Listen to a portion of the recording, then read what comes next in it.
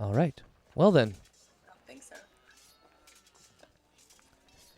I guess we can begin. So the way I'm going to just start this is I'm going to read the quick little history blurb that I put in. It's just a few paragraphs, and I'm not going to read the whole thing. But essentially, I'm going to cover the Age of the Dragons, the Rage of the Dragons, and the First Flowering. So, the Dawn Age, also known as the Age of Dragons, or the Time of Dragons, about 30,000 years past, was a period when the majority of the land on Javrok, the planet you are on, or the realm, was occupied by giants and dragons, far more powerful than the various races scattered across the world. So you can imagine Javrok as sort of a very harsh place with large giants and dragons ruling most of the parts of the land. And it was a time of constant war for the land, as the dragons and the giants and the races were all competing with each other, fighting for survival and fighting to expand their kingdoms and empires.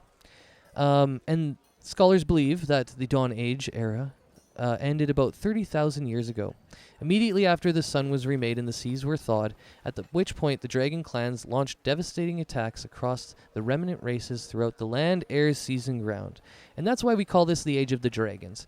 After the world was reborn, and that has to do with more of the deific background, and I'm not going to get into that right now, but after the sun was reborn and the world thawed, that was when really life began on Javrok, and life was able to flourish. And the dragons were kind of the peak of the society at that time. The dragons also battled against the giants, and they forced Giantkind eventually to move to the northern lands of Javrok and flee to the northern rim of the world. Individual dragons and dragon clans, so clans of actual dragons, came to rule large swaths of territory all across Javrok, and they fought over different things of religious and political nature, including disagreements about, the good of Bahamut and the evil of Tiamat, which are two gods, the dragon gods, which are kind of important to this world because we have a dragonborn with us, 5, and also there is a bit of dragonborn race in here, so we might get a little bit deeper into the Dragonborn Pantheon. I haven't brought it in yet, but I'll probably bring it in the next session or so. And there'll be a whole nother list of gods. So there'll be gods of the Dawn War, and then there'll be the gods of the Draconians. But the Rage of the Dragons, this age of dragon rule, ended after a series of long battles known as the Rage of Dragons, about 1,000 years ago. And during this time, the races of the world actually all banded together, and they were really tired of the dragons, taking over everything. So the elves and, the dwarves and the humans and everybody else, they all banded together to kind of remove these dragons from the land and to try and have their own empires. Eventually they systematically hunted down the dragons and fought them, and eventually the Rage of Dragons was ended, and about 1,000 years passed is when it ended, and since then, the races of the world have been building their own empires and expanding at a rapid rate, and they've been taking back all the land that the dragons owned. And that's kind of where we've left off, and they've called this new era where everybody is growing and expanding and everybody sort of has land. They're calling this era the First Flowering. And that era began, again, about 1,000 years ago when they were able to defeat the dragons and start building empires. So they've been doing it for about 1,000 years now. Different races and different empires and different factions have been growing, taking over land and making different boundaries and stuff. So the world we're about to walk into is essentially a first generation type world. The world was controlled by dragons and giants up until this point who really didn't build a lot of things. They just lived on the land and that kind of thing. And for the most part, magic itself was really just something that the dragons had. And some people were magical elves and different other people were all magical. There was still the weave working. We call the magic in this world the weave, kind of like the force. But anyways, the weave, it was amongst the people. But now that the First Flowering has come about, magic has become a little bit more prevalent in the world. It's still pretty rare, but it's become a little bit more prevalent. And there are people who are practicing it and channeling it, and over the last 1,000 years trying to learn about the different secrets of it. And I think that's where we will say that we have entered today in the age of the first flowering, while all of the mixed races and factions on the land of Javrok are trying to grow, and they no longer have to worry about the threats of the opposing dragon forces and giants. Yeah, and that takes us to this little town, Daishield. This little town, Daishield, is a beautiful little town just on the edge of the Empire's eastern borders. And it's a small trade town, essentially, kind of bustling all the time with a large trade district. You know, it's very tight and cramped with lots of people mulling about with different goods to sell, you know, foods and baked goods and all types of different things. Now, I do want us to go ahead and start bringing people to this. However, we have not decided what we call in the Dungeon Master's Guide a framing event. I was going to choose a framing event for your campaign. However, I heard of a really cool idea where you roll 2 D100s and you put 2 framing events together, and that is just the beginning. And I thought that'd be a really interesting way for us to kick off what is happening at Daishield, because pretty much all of these framing events, they kind of follow the same ideas. Like they all work essentially for what would be going on in Daishield today. So I'm just going to open up my old DMG, and then I'm going to get the framing events D100 thing. And then I'm going to roll the first 2 characters that we will be introducing today. And then we'll introduce everybody else, don't worry. But these are we're going to do it in chronological order through rolls. So what I want you all to do first is roll me a D20.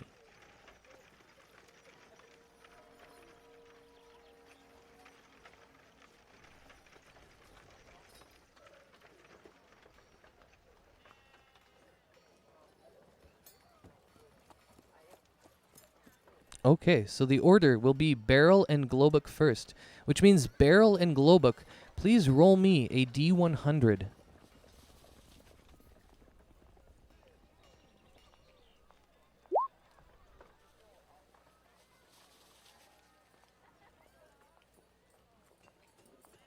All right, I see 1, I see 2. We've got an 11 and an 87. Actually, I think this is in my compendium. I'm going to try and just get used to using my compendium now that I have my DMG in Roll20, so just give me a sec here. There's a reason I paid for it. Okay, they didn't even have it. All right. Okay, here we go. So we rolled 11 and 86, correct? 87. Okay, good. I like that attitude, 5. So we're getting a solar eclipse and the arrival of an important NPC. All right, well, I guess I have to make an important NPC. I already know who it is, actually. I have enough NPCs here to do it. So, today in Daishield, there is going to be a solar eclipse. And on that solar eclipse, the Reeve of this town is going to come back. And I use Reeve kind of like as just like the ruler, essentially, of this town is going to come back. Now, the Empire, I know I've put things into your factions side, and you can read the Empire one, and it says that it's multi-religious, multiracial, it's a democratic republic, 3 provinces, 3 heads of elected state, and each province is kind of in a federal national council, so kind of like a republic. And, yeah. And the people who rule that is called the Council of Sages. Now, the people who control all of the small little places are called Reeves. I didn't put that in there, but I should right now. And those are the people who, like, they're like the mayor of the town. So I'm just going to go ahead and edit that. Now I'm going to get you guys, Globuk and Beryl, to go ahead and tell me your dexterity scores.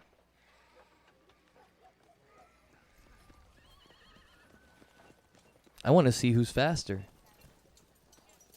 Barrel's sitting at 14. I am also at 14. All right, we need a roll off. We're rolling 20s again. Go ahead and roll me some more d20s.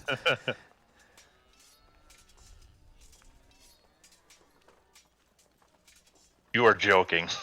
Well, these two are going to be a pair. Yeah, they're already button heads. Just kidding. All right. Well, you know what that means, right? I'm gonna actually get you to roll D100s now, because that means I'm tired of this. There's no way you're gonna get it on D100s, so let's go. But it would be interesting. I mean, it would be really interesting. Okay, Glowbook, you're first. You win. I kind of wanted another tie, actually. All right. All right, so I will bring you to the forefront. I'm all nervous. I gotta go first. Oh, it's okay. We're all gonna like RP together in a little bit, but for the first part, I kind of hold your hand and we do it together, and then yeah. Anyways, don't be nervous. Even if you're just joking, I'm kind of nervous too. So. All right. Yeah, Glowbook, you have arriven from the east. You've come to Daishield for whatever reason, but you've come from the east, and yeah, today you know that there is going to be a solar eclipse, because you've heard it on the pathways, and you've heard other people talking also about the arrival of the Reeve, and there's people coming towards Daishield on the road that you're on, and that's kind of the people that you hear. You're overhearing these things from these travelers as they're moving towards Daishield, and you can tell that something's definitely happening in Daishield related to this solar eclipse and the Reeve arriving. Now, when you walk up into the square, or down. What was the roll? What was the roll?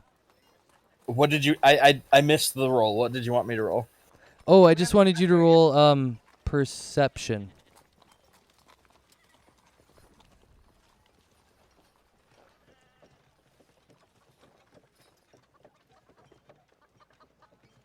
Okay, where's it? There it is. All right, with a 13, you can't see everything here, I'll tell you that. And I'll just let you guys know a little bit about perception rolls. Usually I only ever ask you to roll if there's going to be levels of pass or failure here. So this time I'm telling Glowbook that he has specifically failed on finding something, but I'm not going to like ever do that again, okay? So I'm just explaining how perception rolls work. I'll never let you know really if you have missed something. It will simply be I'll tell you what you have seen, and then you can ask, you know, if you want to try and do more. But anyways, with a 13, this is what you see. You see in front of you the Reeves kind of mansion in downtown. It's this sort of larger building here, this pink one. And there's also a beautiful fountain in the middle, right over here. There's also a bunch of people all around, bustling, you know, rolling in the trade of the day. And also the fountain itself it's very large, and it has a dragon in the middle of it. And you can see at the bottom of it, it says Gloombringer. And then there's a little bit of a plaque underneath it, kind of talking about, you're not exactly sure yet, but you can see there's a plaque that probably explains the history of this dragon. And then you also see there's some people who have set up in this trade area, this kind of main center of the city.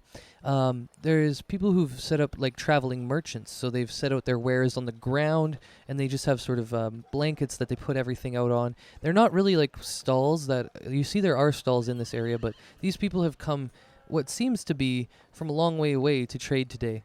And amongst those people, you see up above them is the signs for a couple different storefronts. One of them appears to be like a general goods shop. Another one appears to be like a bar. And then one of the people who does have stuff laid out in front of him looks like he's not selling anything. He's got a bunch of different what looks to be games and stuff set up around him. And he doesn't have goods specifically, and he's standing out in front of all of his setup, kind of like trying to yell at people to bring them in and kind of catch their attention. And that's what you see bustling around the courtyard of the trade district. So, what I would normally get you to do now is you can interact with any of the things that you have found. So you can go talk to different people who are selling things. You can go talk to the guy who's set up these games. You can go to the Reeve's office maybe if you want to talk to them. Or if you have things you want to sell from your starting equipment, or things you want to buy to add to your starting equipment, we can do all of that now as there's a bunch of different people all around the square. Actually, the first thing I'm gonna look for is a nice trusty shield. All right. Well, you don't see an armorer's shop in this area anywhere, but you think that the goods shop would probably be your best bet to find a shield. Head that direction. All right. I'm just going to bring up my characters now. Yeah, and so I'll also get you to start clicking on your tokens now. So you can go ahead and click on your token, move them all around. I think we did this all together last time, so you should probably remember. And over here, you can just move your token to right beside that area. I'll go ahead and show you the shop owner right now. And we will get into it. I just got to pull up his character sheet in Daishield. All right. So as you get closer to this shop, this general goods shop, you can see that its sign is inscribed with the name Bits and Baubles. And as you get inside, you see there is a high elf female looking at you, or pardon me, a wood elf female. I thought she was high elf. She's a wood elf female looking at you across the counter of the desk. She's got a bunch of different things laid out in front of her, a bunch of kits, a bunch of different tools and instruments. She has some lanterns and spyglasses and stuff. Anyways, when you come into the store, she looks at you and she says, "Oh, another traveler here to see the Eclipse and see the Reeve when she comes. Is there anything I can help you with?" And one sec. Sorry, go ahead. I wanted to cut you off there. I have to show you the person. So the way that my shop keeps work is that you will go into Daishield, which is under characters, and you'll be able to pull up this person's character sheet, and you'll be able to see a certain amount of text that is there for players, and I have hidden stuff for myself. The text that you see will be sort of what she has and what she's the prices. So I will go ahead and show it to you now, and this is where all of your shopkeeps and stuff will be in the different cities. We start to put all of the NPC characters from different cities. I put them all into different places. Oh, I'm just getting a call from my girlfriend because I was getting angry. I was like, "Did you pay the freaking bills?" And she's like, "Of course." Anyways, one sec. Hey. Okay. Okay. Yeah, sorry, I had a weird internet freaking hiccup in the middle of my DM schedule, and then it wouldn't come back, and I'm like, what's going on? And then it turns out it's just I don't know, something with the router or something, and I came right back, and it's yeah. Oh, yeah. Okay, cool. Buy a spyglass. All right, love you too. Bye. For no other reason than it sounds cool. All right, I'm back, and thank you, Ditton. Yeah, I actually, in rebuilding the stream, I just jumped back right into the game, and I actually have to put this back in, so I will add that so that everybody can see our lovely characters. Also, I will say, all of this starts to get a lot smoother as we go. Let's put it that way. The beginnings of campaigns are always the most bumpy, and all my other campaigns that, have been going for a long time, it's just a trend that it will smooth out as it goes. Yeah, so let's go ahead. Oh, God. Just got to transform our screen, and I'll be ready right away. But, Globic, you can go ahead and let me know kind of what you're looking at now that you have the sheet there and you can look at all this stuff. She kind of just asked you, "Oh, what can I help you with?" You see, I was looking for a shield, but you don't seem to have one. Oh, no, unfortunately, I don't carry any of that type of stuff. You'd probably have to go to maybe a bigger place like Candathan or something to find one of the armorers there to speak with. Well, I thank you. You have some interesting wares, but nothing I'm really interested in. Okay. Well, no problem. Maybe if you have some friends or something, you can send them my way. Absolutely. Have a good day. You too.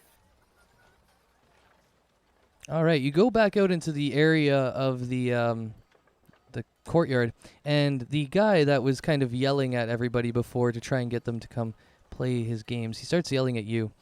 He sees you over there. He says, "Half-orc, you look strong. Care to test your might?" What do you propose, sir? Well, I have a variety of games here, and I was thinking maybe you'd want to partake in one of my strength tests. I know that sometimes these orcs, and he looks at you, he says, they come with some of the most strength in the land. Oh, okay. You know, you could win a prize if you want to play. Sure. Let's,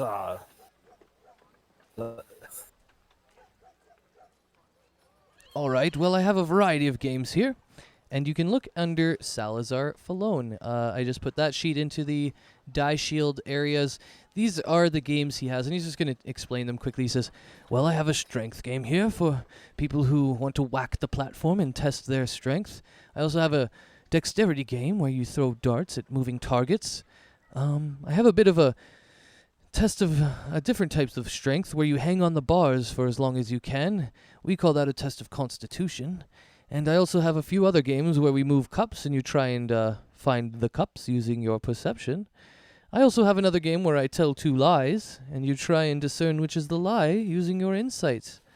And of course, if you want to test your intelligence, well, I have a small trivia game. I think it is obvious that strength would be best. All right, so if you want to play, it's 1 gold piece, and your winning prizes are this. If you win and you hit the bell, you'll get a bag of holding. And if you come close, you will win a tool or an instrument that you would like to choose. I have a variety over there. And he points to a crate filled with like different instruments and what seems to be kits and stuff like that. Like disguise kits, tool kits. And so if you want to get something, let me know, because you can eventually, I do allow players to gain proficiencies and I do change it from the actual PHB. I think in the PHB it takes you like a fucking year or something like that. And I have changed it to be actually like playable, so that if you want to learn something, you don't have to, you're not going to get it when you're like level 10 or something like that, or 12. You can get it within the next few levels. So that will be if you win the secondary prize. You will be able to choose from tools, instruments, or any of the kits that are available, and you can find them in the compendium. And I will leave that up to all of you, and you can always pick something you don't have proficiency in and then gain proficiency later. Yeah, and then he holds out a bunch of scrolls, and then he opens one of them, and he says to you, Globik, as he opens it, and if you don't do very well, but just well enough, you can have these maps. And he holds out a map, and it's a world map of Javrok, from tip to toe to sea, the whole thing. And he says, well, is 1 gold a bit too much for you, or is that a reasonable price? Seems reasonable. All right. Now, I will give you a warning. You can only play each of the games once, and I will be giving you a stamp on your hand that indicates which games you have already played. Aye.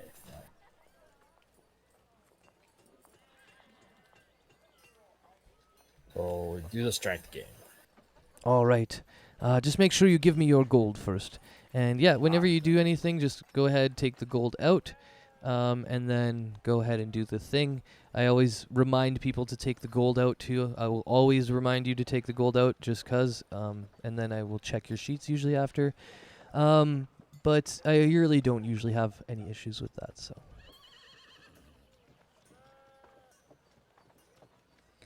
So, you have given him a piece of gold, I believe? Yes. All right. I am going to get you to use your strength ability check.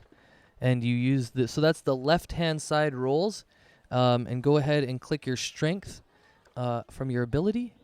Oh, what? Heck yeah! Right off the bat? Really? Wow. Barbarian smash. Congratulations. That's our First barbarian. off, Salazar looks at you as you ding the bell extremely loudly, and it rings out through the courtyard area, and people look. They stop some of their trading because this is the first time the bell has been rung all day. They've seen all sorts of people step up. However, you, Globuk, with your incredible strength, were able to ring the bell with that beautiful tone resonating throughout the courtyard. And Salazar looks in disbelief at you, and then he starts laughing. Ha ha! I can't believe it. Oh, wow, I guess I was right. These orcs are strong. And he goes and he digs out a bag and he comes to you and he says, well, you've won, my sir. You've won for the day. Here is your bag of holding. Unfortunately, this is the only one I have. I thought it might get me a bit more work, as people try to swing for it. But hey, I've already made a lot of gold today. It's been a very busy day here in the courtyard, so congratulations, sir. And he hands you a bag of holding, the first item in the game. You can put that in your inventory, and please do, because that is a good one. I thank you, good sir. Oh, yeah, no problem. I mean, that was quite the spectacle. Hopefully we get some more people coming. It seems that they're all looking around here now, so I'll probably be able to get some more customers from that, so thanks.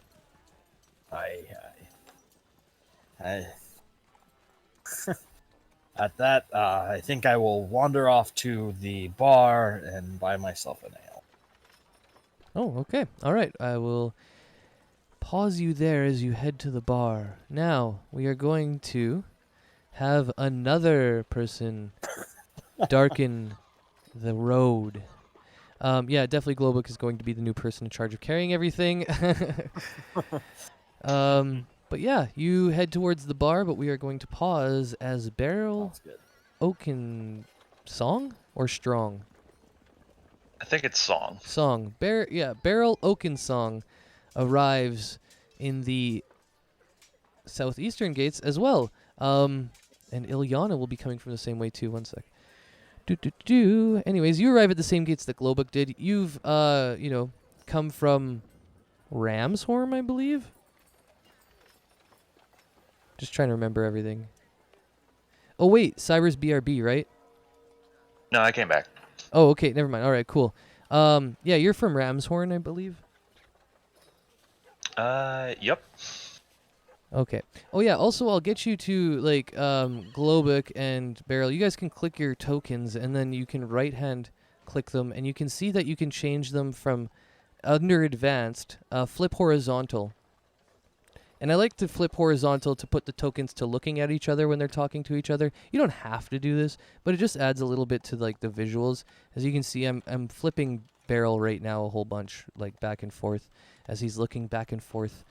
Anyways, you now have control of your token, Beryl, as you've arrived to the city, knowing that, of course, this is going to be the Eclipse and the arrival of the Reeve. Oh, and I forgot to ask Globuk why he has come to the city. Globuk, now, be as cagey as you want with that answer, because I know your backstory has some stuff in it, and I don't know if you want to tell everybody yet, but... So yeah, I will just say, what was your main reason of coming for Daishield? And I know it, but maybe just for everybody else, just give us a general consensus of where your mind is at as you're coming to this town. Globuk is mostly just, we'll just say getting away from something in his past. Perfect. That's exactly what I want you to say, actually. I figured that's exactly what you would say. So, yeah, he is... Yeah, getting away from his past a bit. That's perfect. Beryl, though. Beryl, you have come to Daishield, and you know again that the Reeve is arriving today, and that there will be a solar eclipse that you can see from the town here. Yeah, so I'll ask you first, why have you come to town, or what's a general consensus of your mindset as you're entering the town?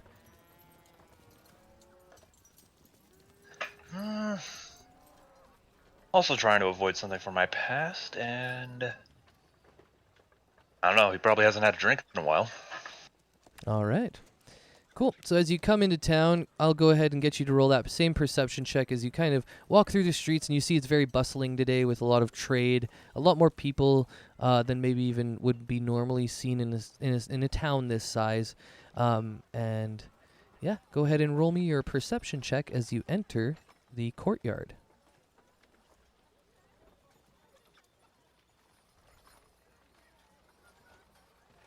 All right, this ought to be funny. 3. You weren't Nice. wrong.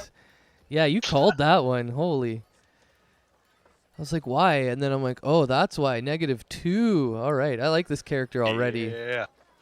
Anything with a -2 modifier is already one of my favorite characters. I don't know why, but anyways, flawed characters I think I like a lot. I like all characters though. Oh, yeah. Don't feel like I'm just discriminating. Anyways, so yeah, with the 3, you come into town. You only really see the guy who's like been making the big stink about getting people to come play his games. You see the Reeves mansion, and you see a bar, and you see a goods selling shop.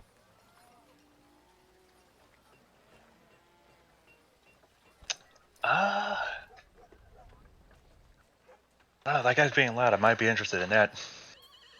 All right.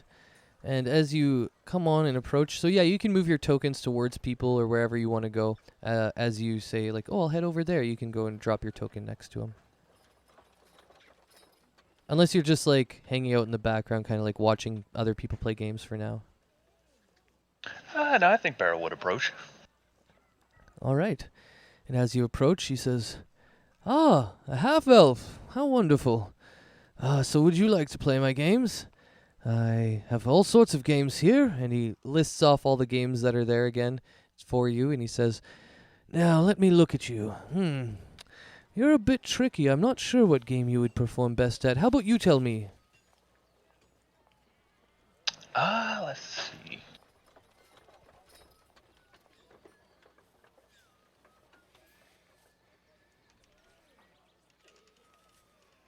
Take your time, no worries. Examine the ins and outs of this game, or all these games. I want you to perform your best.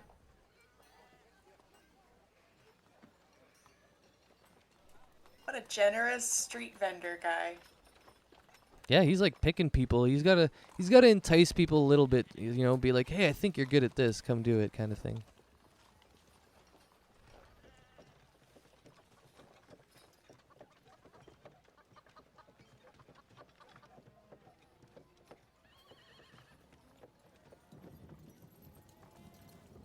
And then he also tells you about the payment and all that type of stuff. He's like, it's 1 gold, and right now, if you win 10 times fold on your investments. So, if you'd like to play the game, I mean, any of them, step right up. It'll be 1 gold, but if you're able to win, you win 10 on top of that. Or you can have one of my instruments or kits or tools over there from the crate, and he points to the same crate. And if you do not perform very well, but well enough, you can always win this free little map. And he shows you the map again. Or I guess for the first time. I think maybe I might try the dart throwing.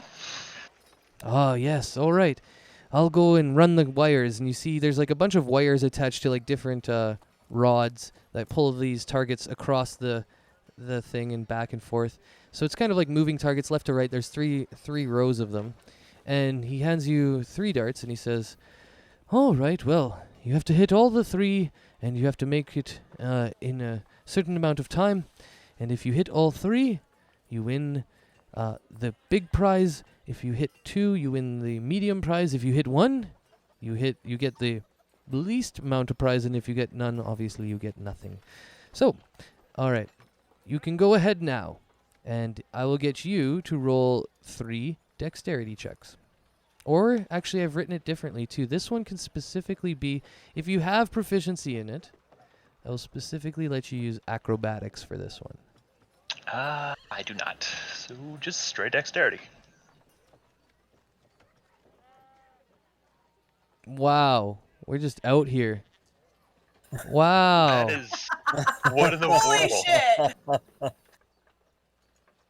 All right, well, Fleecing this poor guy for all he's worth. I know you hit 2, so you get to take the tools, one of his instruments, tools, or kits that he has in his crate. Does he have thieves' tools? He does have an extra set of thieves' tools. Yep. I'll take an extra set of thieves' tools then, I guess. All right, that's good.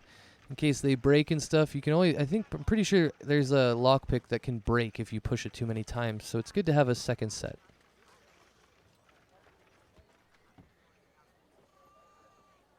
And then he looks. He says, All right. Well, I'll put the stamp on you there. And, well, is there anything else you'd like to try for?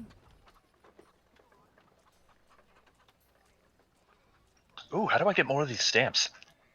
Oh, well, you have to play a different game. The stamps are specifically for each game. So I believe I have a total of 6. Let me count again. 1, 2, 3. Yes, of course, 6. I know my games. Anyways, and you can only play up to a maximum of 6 times then. So if you'd like to play your other 5, I mean, feel free. You could just put the gold down and we'll start playing. Oh, yeah, and make sure you took your 1 GP out. Yeah, I just noticed that. Let's see. Yeah, I forget too, which is why I'm usually like trying to be on it as much as I can.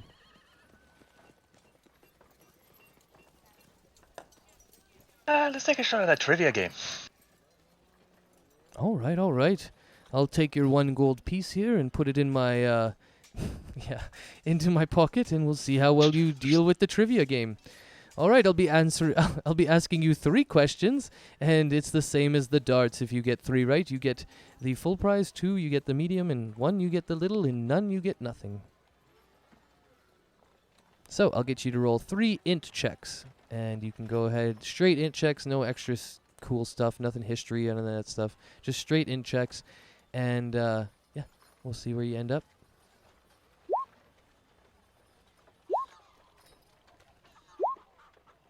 Yep, there it Ooh. is. I'm sorry, sir. It seems you do not know very much about Javrok at all. Maybe you should spend a bit more time learning about the different cultures and people of this. Oh, I thought you said Jamrock. Oh, yes, that always happens. People confuse that all the time. And he kind of gives you a quizzical look like, yeah, like he's like, you know, yeah, that happens, but he doesn't really believe it himself. I think I heard there's gonna be a eucalyptus in the sky later. Do you know where I could get a drink before then? Oh, yes, I believe you meant the eucalyptus. What? Oh, no, you're not talking about the plants. Oh, the Eclipse. Yes, the Eclipse. Oh. I mean, I do know some people who sell eucalyptus, so it kind of took me off for a little bit there, but I think you mean the Eclipse. Yes, the Eclipse will be happening tonight, yes, and we'll all be gathering down at the beach. I'll be there with lots of my friends and stuff. But if you want to go to the bar, I've heard there's a nice little bar just across the way, and it's run by a Kenku of all things. And, well, I haven't been there yet. I haven't had time to go enjoy my winnings for the day, but, you know, if you're there, I might come by later.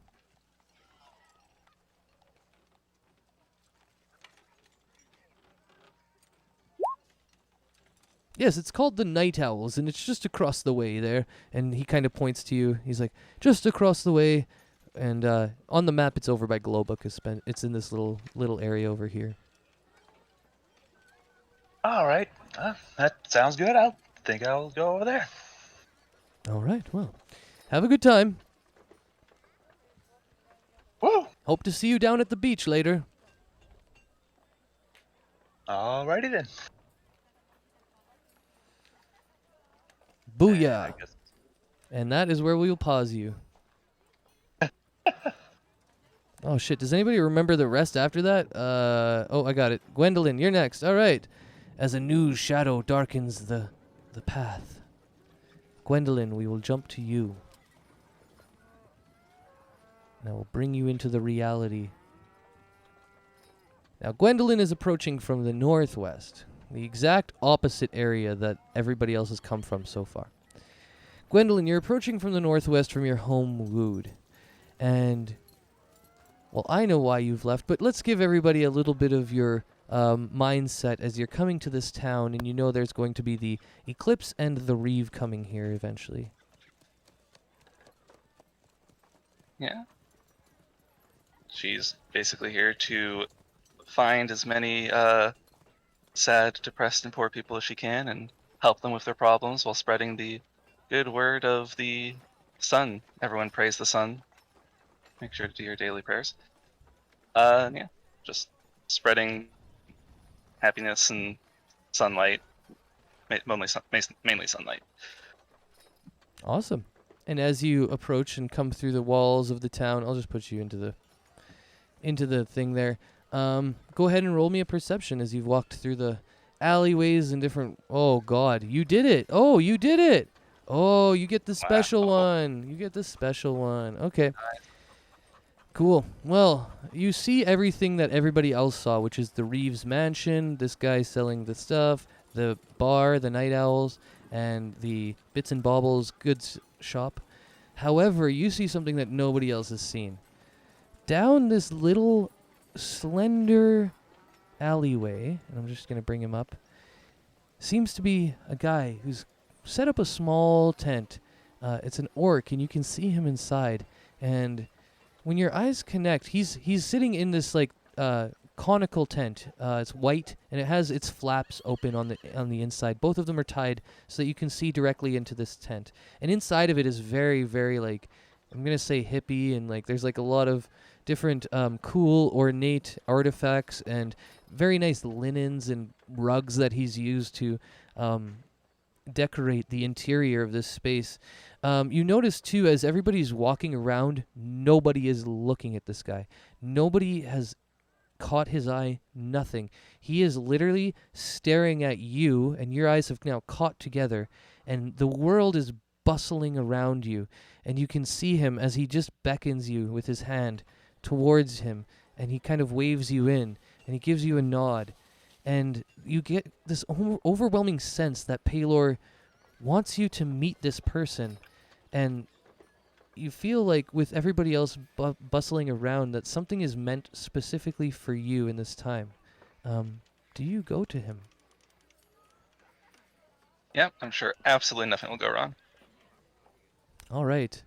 And as you get closer, you see that he has a table, and inside the table is a crystal kind of dome. It's not quite a crystal ball, but it's like a dome table that he can see over, and it's filled with an opaque, misty smoke kind of bubbling and wisping through it. And as he sees you enter his tent, as soon as you step within the tent, he says, "I know your future. Are you ready to hear it?" Sure, sounds exciting. All right. Prepare yourself. Please, take a seat. My name is Fengvola. I am an orc from Grom's Rest, and I have used my powers of divination throughout the world. But for today, I had a feeling I would meet someone exactly like you. And I know that right now, something special is going to happen. And with that, he goes and he waves his hand over the table that's filled with all of this opaqueness and different whirling, swirling smokes. And you can see that it gets really very intense. And the smoke starts to whirl faster and faster. And the bubbling starts to go faster and faster, more violent. And as he looks at you, he says, "Gwendolyn. Gwendolyn, yes. Yes, I see a dark pain haunting you. It has shaped you, though. Made you who you are. Made you strong. You gain power from this protection of pain. It's an interesting thing to gain power from pain. However, soon this power will help you much more immensely than you ever thought.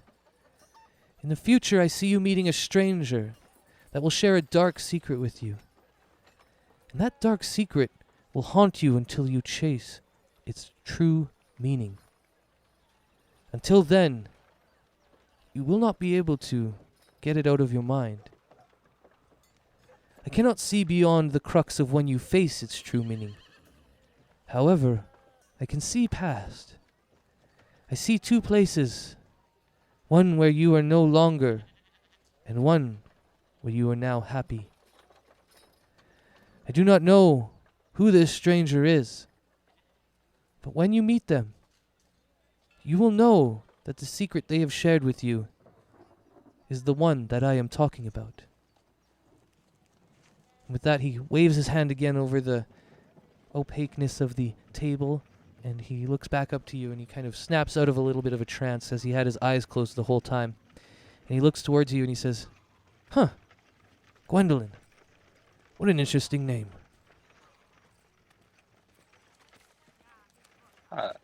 Yes, thank you. Sorry, what did you say your name was again? I didn't quite catch it. My name is Feng Vola, and I will put him in the sheets, actually, because I have him. There's nothing in his sheet, but now you know his name. He's listed as the fortune teller. And he looks back towards Gwendolyn, and he says, now comes a different part, though. I provide these services at a menial fee, and I never ask for it in advance, but if you feel I have given you something that might help you along your journey, I would ask that you simply donate 1 gold for my services. Of course. Always happy to help people out. I'll drop the gold in his hand, I guess. Thank you. I knew that this was the right place to come today. On a day like this, on an eclipse, with the Reeve returning triumphant from the eastern borders of the Empire, I had a feeling something special would happen. And then he looks at you, he says, well, that's enough for me.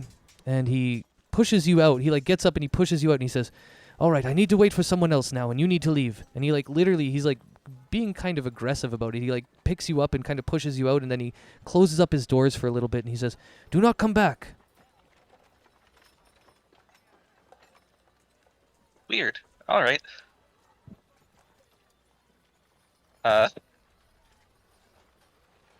So I guess I'm just back in the Yeah, so he's Okay, pushed you perfect. kind of back into the alleyway. You can see back into the courtyard there. There's still the same things like the bar, the general goods store, the Reeves place, like the mayoral, what is it? City Hall. It's City Hall. That's what it is.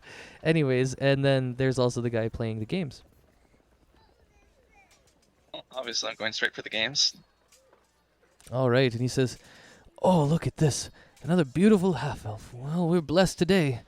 How are you doing there, fair maiden? I'm doing great. Hey, do you know anything about Feng Vola, the orc in the tent over there? And I'll point over to the alleyway where I saw him.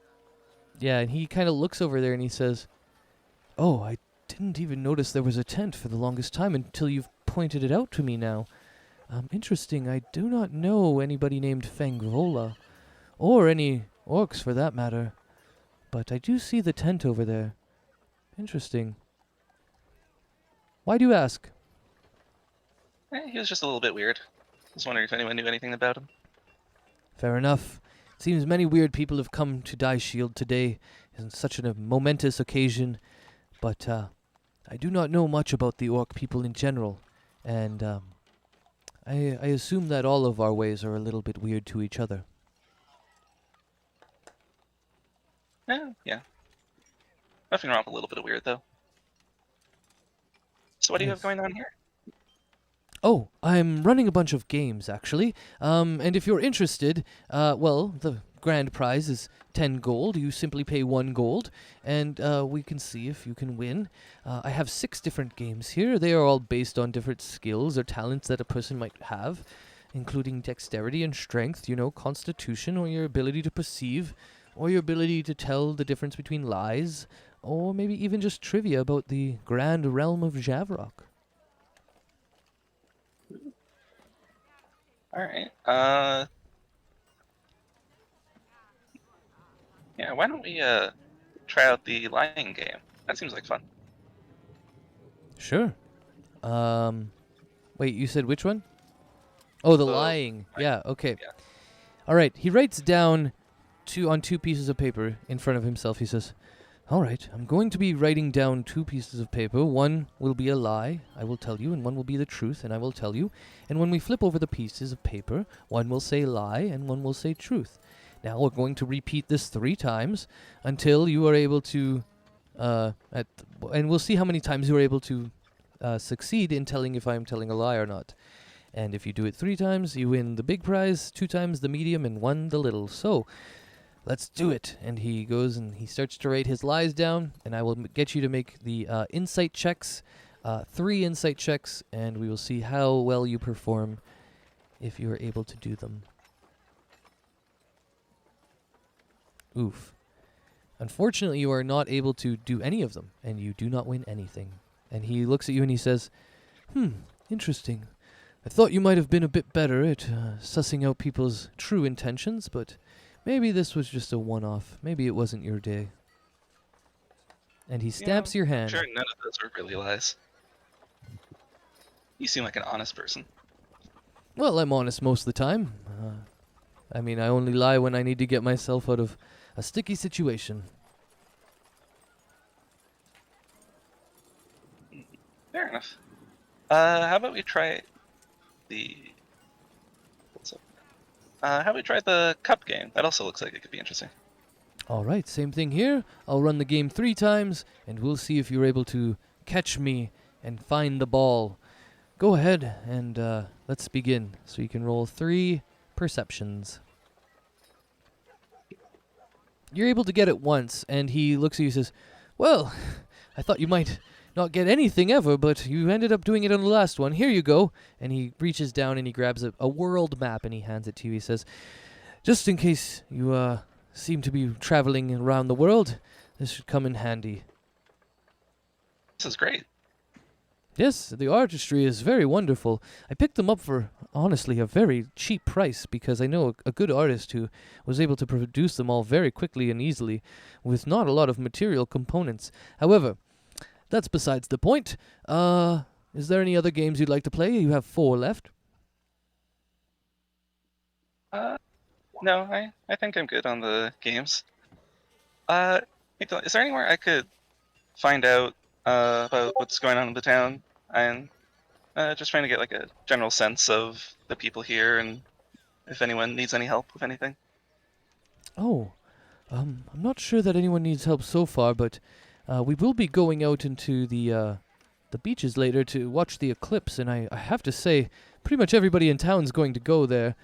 So you'd probably want to join us. It's an incredible view from the eclipse. It faces it perfectly, and well, we all sometimes just lay down together and look at the sky while it happens. It'd be a very magical moment, and I think that would be the best. As for getting some help around town, I don't really know very much, but I'm sure if you went to the bar and maybe asked the barkeep, or maybe one of the trades goods people, or even if you went to the city hall, I mean, city hall's dealing with problems every day, so they might have a better idea of what needs to go down in this place. Well, I don't know if an eclipse is really something to be celebrated, but at least people will be together. Nicer that way. Yes, I think life is often just about celebrating the little things. Turning little mundane things into celebrations is one way I think we all cope with reality a bit. Plus, the Reeve is coming back victorious from crushing some forces to the east. Apparently one of the dwarven, hill dwarf raider groups was attempting to push towards Daishield, and well, they stopped them before they could get here. So that is another reason why people will be celebrating today. It seems to be the gods have chosen this day as a very special and monumentous occasion here, as 2 specifically crazy events are going to happen at once. Yeah, that's great news, and yeah, I'm absolutely certain that the gods have a wonderful plan for everyone here today. Yes, yes. All right, well, no more games for you then? No, I think I'll go off to the bar that you mentioned, and then maybe see City Hall after that. Thank you. It was fun playing your games, getting to know you. Yes, anytime. I might be by the bar later today. If I shut down before the eclipse, I might want to have a few drinks and have a laugh, but we'll see. If not, I'll meet you out at the beach there. I'll be there for sure. Wonderful. May the light of the Sun Father shine upon you. Oh, and you. And I'll head over to the bar. Wonderful.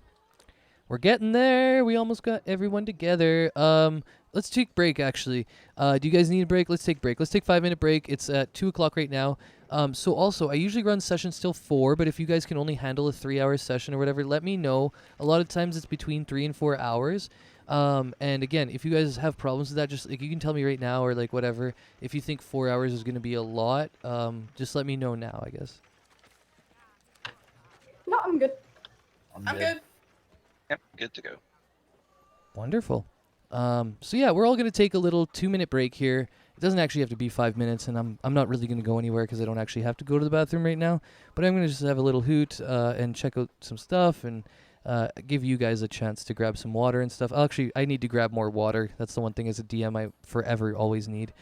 But BRB, everybody, 2-3 minutes, and then we'll come back. And I believe, who's next? 5 or Iliana? I think I was last because I rolled like a 2. Me. All right, perfect.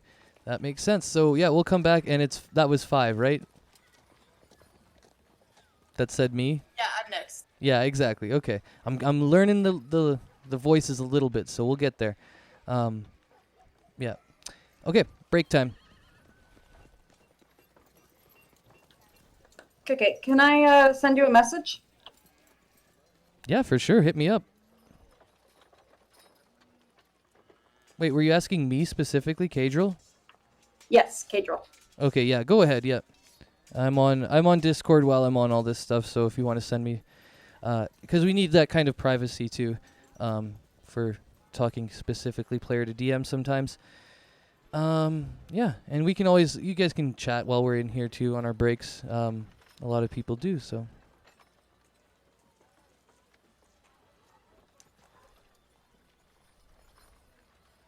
These are usually the only times I'm like, yeah, you guys could talk about like real life or whatever, just chat, whatever.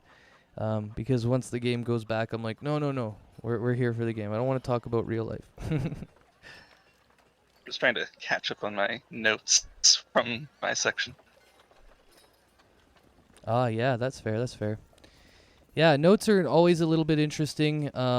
And again, I try to produce a certain amount of notes that will help you through the game, but you should probably try and take down some notes of your own. And then again, if you don't like taking notes, there's always the possibility where you can go back to the VOD and watch the VOD and just like rekindle your memory that way. I will say though that gets a little bit messy when you're trying to like be in game and then something comes up and it's like, hey, do you remember when you did that thing? And it's like, oh, no, I don't remember, and I didn't write it down. So yeah, write down whatever you want, but for the most part, I have a lot of this stuff either memorized or written down somewhere, so. Also, what's up, Twitchers? We're going to take a quick little break.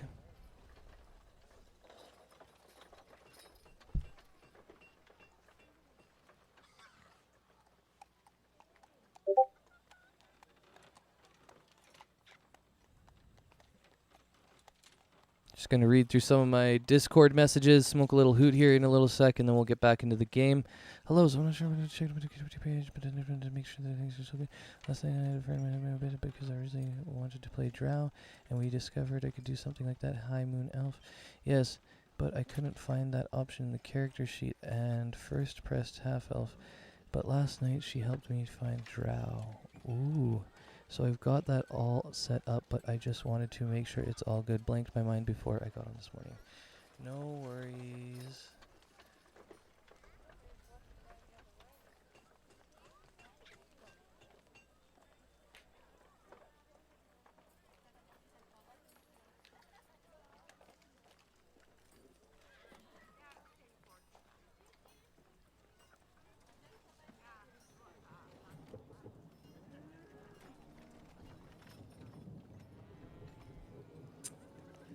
Okay, that message is dealt with, and then the stream is black. Yeah, I got that one. Cool. And then we're good to go on that. Awesome. I'm going to have a little hoot, and we'll get back into it, guys. And we'll continue for the last 2 hours as we get to see everybody meet up. Yeah, let's have a hoot.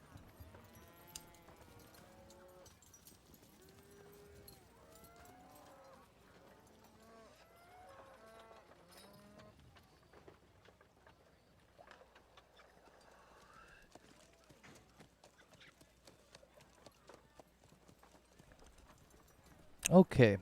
5, you back? Okay, that's fine.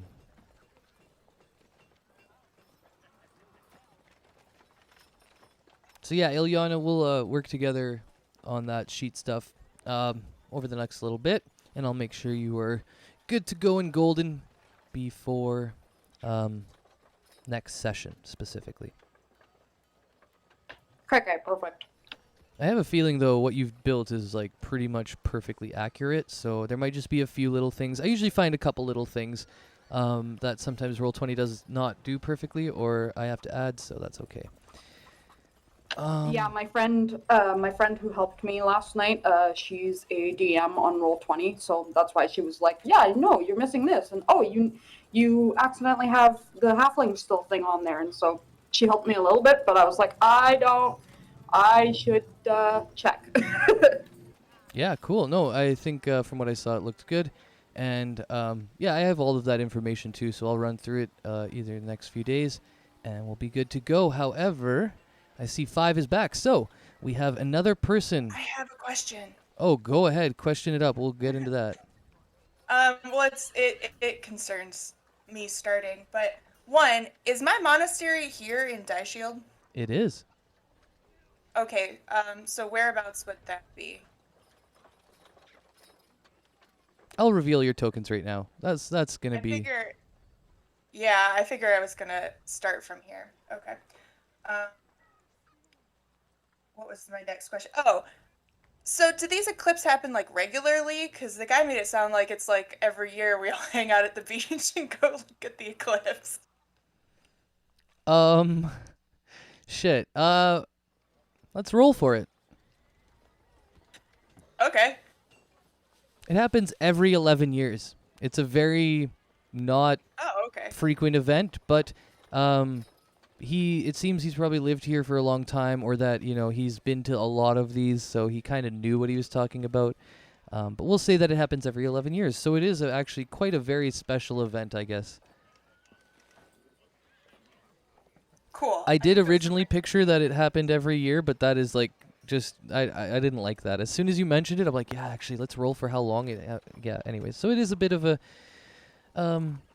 it's a ritual that the town is used to, but it's spread out pretty good. You know, over a decade is a pretty long time. So. Would I know the name of the Reeve? I mean, since I live here. Yeah, so you have all of the information that you would want from Daishield. You've lived here. This is your hometown. You know everything about the trade district. You know a lot of people here. And we can go into when I introduce you to the people in Daishield, I'm going to ask you specifically. I'm going to be like, do you know this person? That will be on you. You can say yes or no. You can make up your own mind about it. And then there'll be people I will tell you don't know this person. And you'll be like, okay, that's cool. Also, actually, I have to just quickly ask one thing about your age, too. I was going to ask, how old are you again? 15, right? I'm 15. Yeah. I mean, in Dragonborn age, that's like adult, but... Yeah, so in the Empire, you're not allowed in bars. So you don't know the barkeep, and you won't be able to go into the bar. But we'll have other ways. I can't even drink. Not yet. You're 15. Oh my god. But Okay, there's well, ways that's you might really funny. be able I to didn't even sneak think into the about bar. You might be able to get somebody to like pretend that you're like their kid or something. You know, there's all sorts that. of ways. I mean, will they know I'm 15? I look like an adult dragon. Like, are people gonna be able to like peg my age? True, you're right. So yeah, you know, be creative with it. I mean, technically the law is that, but you know, if you're gonna run a deception, I would probably give you advantage on it if you want to try and get in there, because you are a full-grown dragonborn and you look adult. So you're right. They wouldn't really be able to clock your age too much, but if they do clock your age, you're not allowed in. So yeah. Okay, that's fair. Yeah, and you can always roll like deceptions or maybe even intimidations or stuff like that to like get your way, essentially. Okay. I mean, it's not like 5 doesn't really drink, but you know, it'll be kind of annoying if I have to sit outside the bar and wait for everyone else. True. And well, yeah, exactly. We kind of probably need you in there at some point, but we'll see what happens in the bar. Anyways, until we get there, do you have any other questions? Nope, I think I'm good to start with that. Okay. All right, so 5, our Copper Dragonborn Monk, is a member of Daishield. They have lived here for a long time, and they have a whole history that is a backstory that I'm not going to touch on.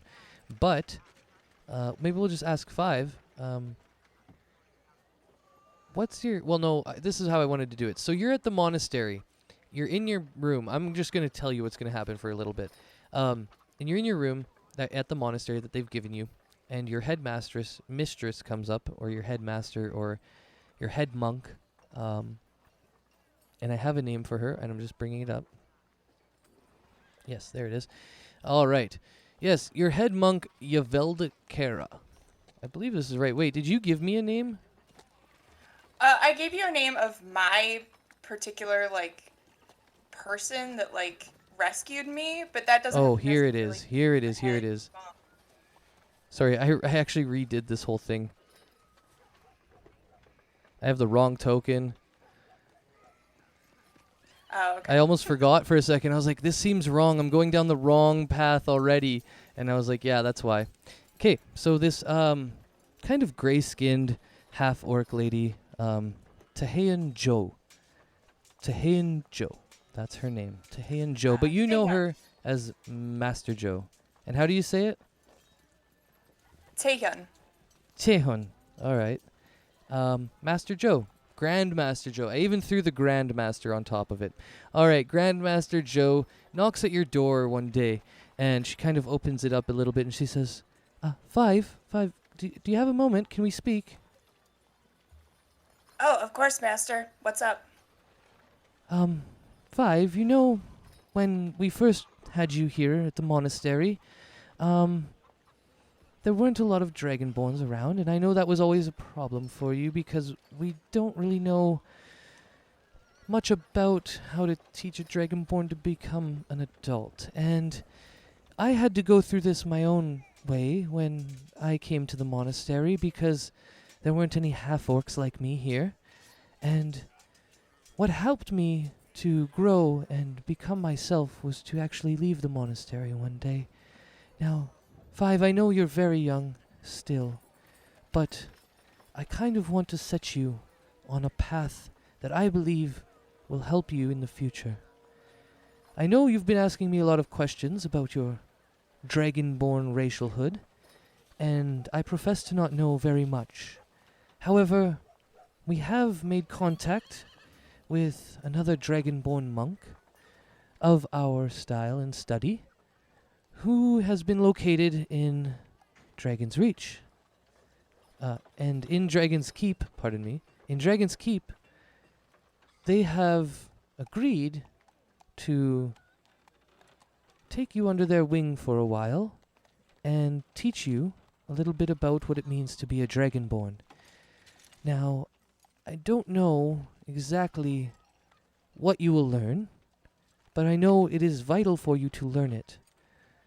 So, the rest of us have all come together and we've prepared a little bit of food for you for a journey. And we're going to ask that at some point you make your way towards Dragon's Keep to meet your new master and to learn a bit more about what it means to be a Dragonborn. Now, you do not have to go right away. However, this journey is vital for you, Five, and I must say you must leave the monastery. There is nothing more we can teach you here, and especially if you are to grow to become a full adult of your own, a full person in the world of your own. You can no longer live under our sheltered wing. So, Five, it pains me to say, but today is the day that I must ask that you begin your own journey to become your own person. This place will always be your home. Don't ever think that, Five. But if we were to allow you to remain here, it would only do harm. It's time for you, and we all agree, to go out into the world and see what it has to offer. For too long we have sheltered you here. And now it is time for you to become your own person. And she kind of looks to some others who have gathered at the door edge, kind of listening intently. They were supposed to kind of maybe be hiding in the wings, but they can't really help themselves. And they come into the room at that time and they start giving you some rations and stuff, different types of food. And they say, "Oh, Five, it's been so wonderful having you here. Please be careful on your journey. Oh, Five, thank you for being my friend." And then they eventually leave, and Grandmaster Jo is left there, and she says, "Five, if you ever find yourself in trouble out there, make sure you come back. But for now, I must ask that you go on your own path. Find your own way. Make your own life. And if it seems that it is all too much, well, you always know that you have a special place here in Daishield for you. And with that, she gives you a big, big hug and starts to have a few little tears well up in her eyes. Master, I don't know what to say. I mean, you've been my whole life since, well, basically as long as I can really remember, but I never wanted you to think that I didn't appreciate being here. It's just there are things that I need to figure out about myself, but once I get stronger and I can master being a monk, I want to come back, and I'll do anything that you need me to do. So just wait for me, okay? Of course, there's always a place for you here, Five. And I know one day that I will pass on, and I will leave the monastery to someone else. And if you would like to eventually try and fulfill that role, well, you can come back in time, and if I believe you are of a mature enough mindset, then that can be arranged. Don't say that, Master. You'll never die. You'll live forever. Oh, Five. Yes, well, I'll live a long time from now, but I think we all have to meet our end eventually. So while we're talking, my pocket kind of, makes couple twitches, and then a little gray mouse scurries out of it and climbs up my robes and goes across to Master Joe and kind of, rubs its face against hers. Oh, Jojo, oh, I'll miss you too. I'll miss you maybe even most. Animals are so pure, aren't they? And she kind of just holds Jojo in her hands and nuzzles her little face kind of nose to nose. Yeah, I mean, I completely understand. Jojo's the best of us. Yes, well, keep her safe, and I have a weird feeling that she'll keep you safe in her own way. Are you all gonna go to the Eclipse later? Oh, of course, yes, we will be at the Eclipse later. Yes, what I was going to suggest, actually, was that you take today to try and find a little bit of passage, maybe, to find someone who could take you westward towards Dragon's Keep.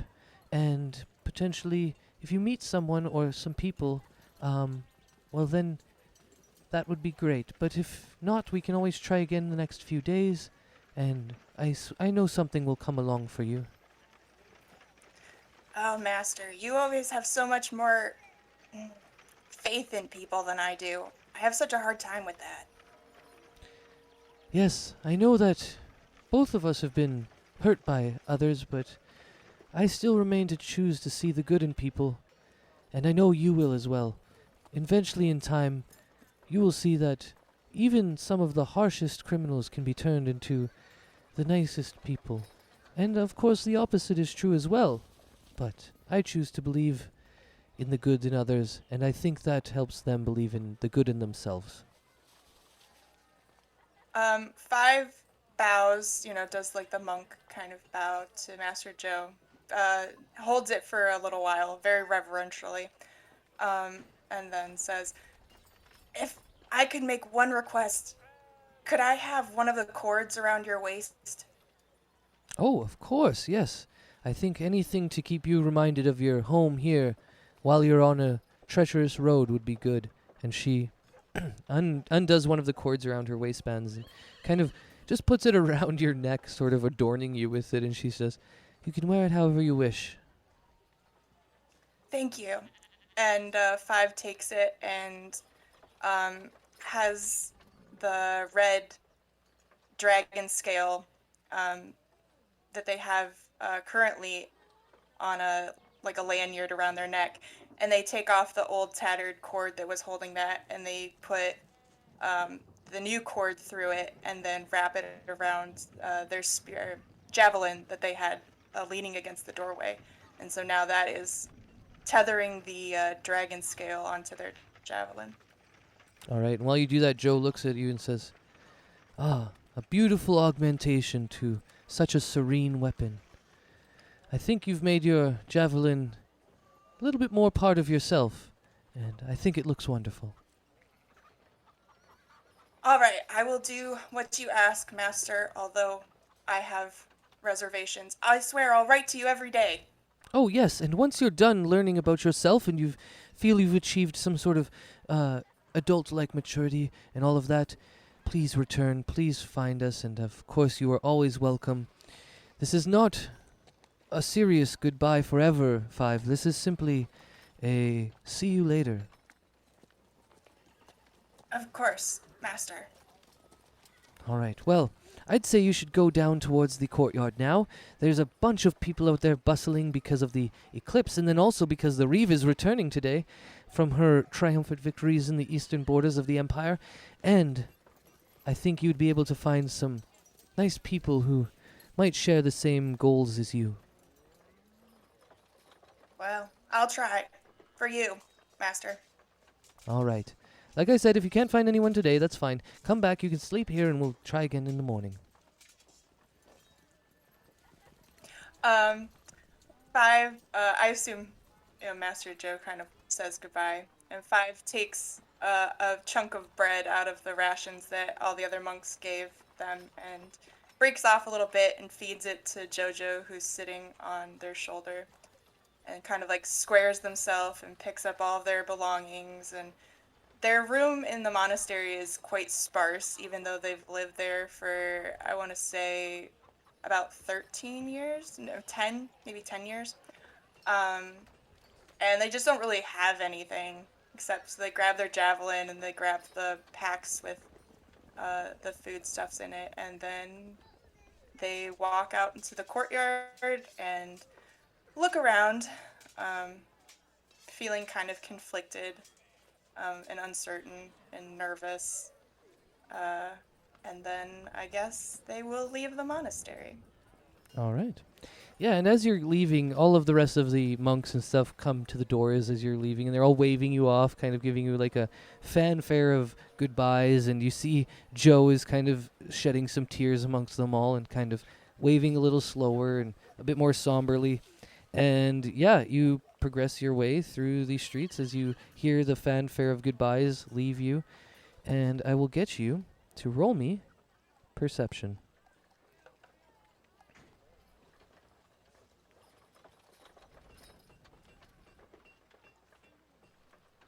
And I will get you to move your tokens, and I think you know how to do it, but if you need help, I can always help you. Oh, nat 1. I am very, my thoughts are very heavy and I'm very sad and I'm not paying attention to much. Sounds about right, yep. All right, so when you get into the courtyard, you see the same thing that everybody else sees, except you do not see Fangvola in the alleyway. I just hit him a bit there. Put him back on my GM layer. So yeah, you can see the, this is what you guys see. You see the mayor's office, which you're very familiar with. You see Salazar, who is actually a traveling merchant. So you wouldn't really know Salazar, the guy who runs the games. And then you also see the bits and baubles. You would know Errol Kilda. Well, I'll let you decide on that one. If you know the... I probably do. I'm yeah, sure that I've wandered in there. It's a good shop. Like, yeah, I figured you'd know her. Yeah, and we'll leave it at that for now, and we'll get through more characters and stuff as we go. Five walks into the middle of town, kind of head down, just thinking about, their new quest and stuff. I think that they would probably stop and stare at the fountain because they've always enjoyed looking at it because it has a dragon on it. So what does the little plaque on the fountain about? What was it? Gloombringer, and I will give you the Gloombringer. history of Daishield now. So on the plaque it reads, it's a pretty simple inscription, but it tells about how the family Daishield slayed the dragon Gloombringer about 200 years ago, and Gloombringer was one of the last holdouts of all of the dragons from the Dragon Wars. And the Daishield family came to this area, and there was no town at the beginning. and they fought this dragon who controlled the area, one of the last in all of the land, and it was this Daishield noble family at the time that decided to kind of break out on their own adventure away from old Candathan, and they set out towards this new area, Daishield, out in the sort of plains, looking towards the mountains, towards the east, and they settled here, and they knew that they wanted to settle here, but they had to defeat the dragon that was still, in charge of the area, and also he was attacking Candathan now and then, and anyways, he and the dwarves to the east. Anyways, he was slain by the family Daishield when they came here, and it was like their whole noble family rode together and fought the thing by itself. And then they laid claim to this area, and they made the town Daishield, and for a long time they ruled. But now, new rulers and noblemen and noble families have come to control or, divest into this area. So, now it's not controlled by that. That's not all on the plaque. What's mostly on the plaque is just the part about the story and a part about the Daishield family coming to Daishield, this area, killing the dragon, and setting up the town. Okay, so I'm sure Five has probably read this a lot of times, like spent a lot of time thinking about this dragon. So they're kind of sitting on the edge of the fountain, feeding Jojo bits of bread and just kind of vacantly staring at that. And then they hear the game barker. Yeah, he's yelling at people, kind of trying to entice them to come around and stuff. Remove hoster limit. Thank Excuse you. me. Oh, What are you hello. doing? Oh, I'm trying to get some people for some games here. You look like you might have a little bit of a gambling feeling inside of yourself. Are you feeling a little risky today? You could put a gold down on one of these games and win yourself 10 more, or a few little tools or instruments. What do you think?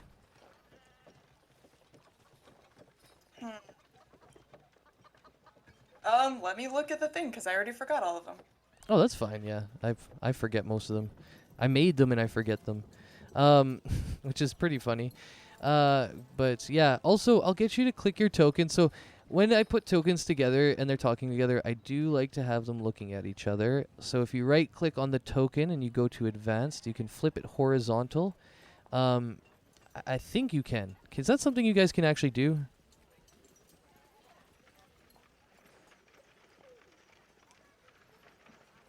I don't know. I'm trying to figure out how. Okay, maybe it's not something you can do. So when you click onto the token, that's the left click. But I want you to right click your token. And it'll bring up a shortcut menu that has like delete, copy, paste, undo to front, back. And then there should be one advanced, but I'm not sure if you guys get that. I don't think so. Okay, cool. That's a me thing then. Awesome. I've never really asked people to do that, so I'm going to handle all of the making people look at it people from now on. That's interesting. I thought because you could move your tokens, but this has to do with like token modifications, which is a little bit different. Regardless, I will do all of the making characters look at each other then. Okay. You don't look like you're from around here. Ah, no. I'm down from Ramshorn. I don't know if you've heard about it, but my family has a small farm out there, and, well, I like to come up here for the Eclipse event. I used to come here as a young boy. My family used to take us here every Eclipse, and we would always sit on the beach every 11 years. And now that I'm a bit of an older man, I still like to come back here. Oh, you've seen the eclipse before? Oh, yes, it's a wonderful thing. It truly is breathtaking to see such celestial bodies moving. It's like the dance of the gods. That's certainly one way to put it, I suppose. I guess it think could... I saw it one time, but it was just really scary. Yes, I was about to say, I guess it could be very scary for other people. Some people wouldn't feel the same that I do, but I understand why you would feel that way. It's okay. I think I'd like a chance to see it from a different point of view.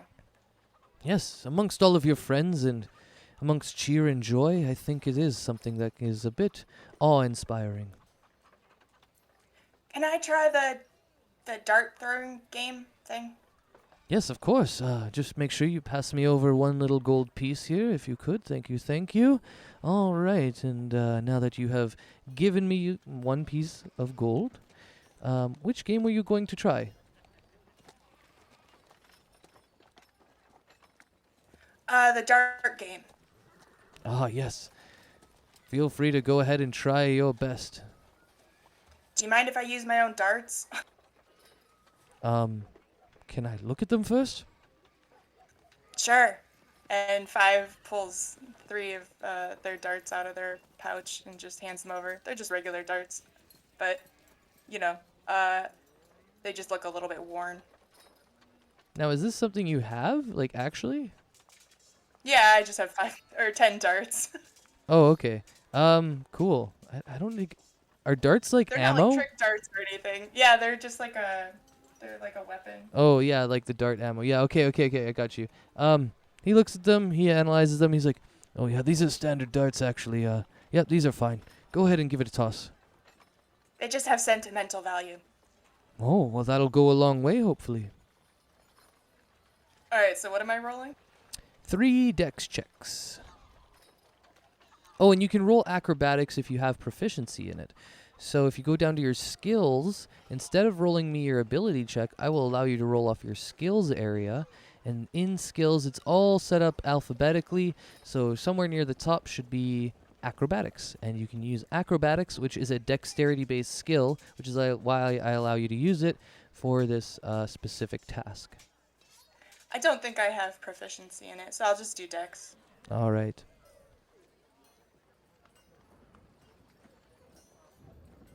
Wow, you hit 2 out of 3.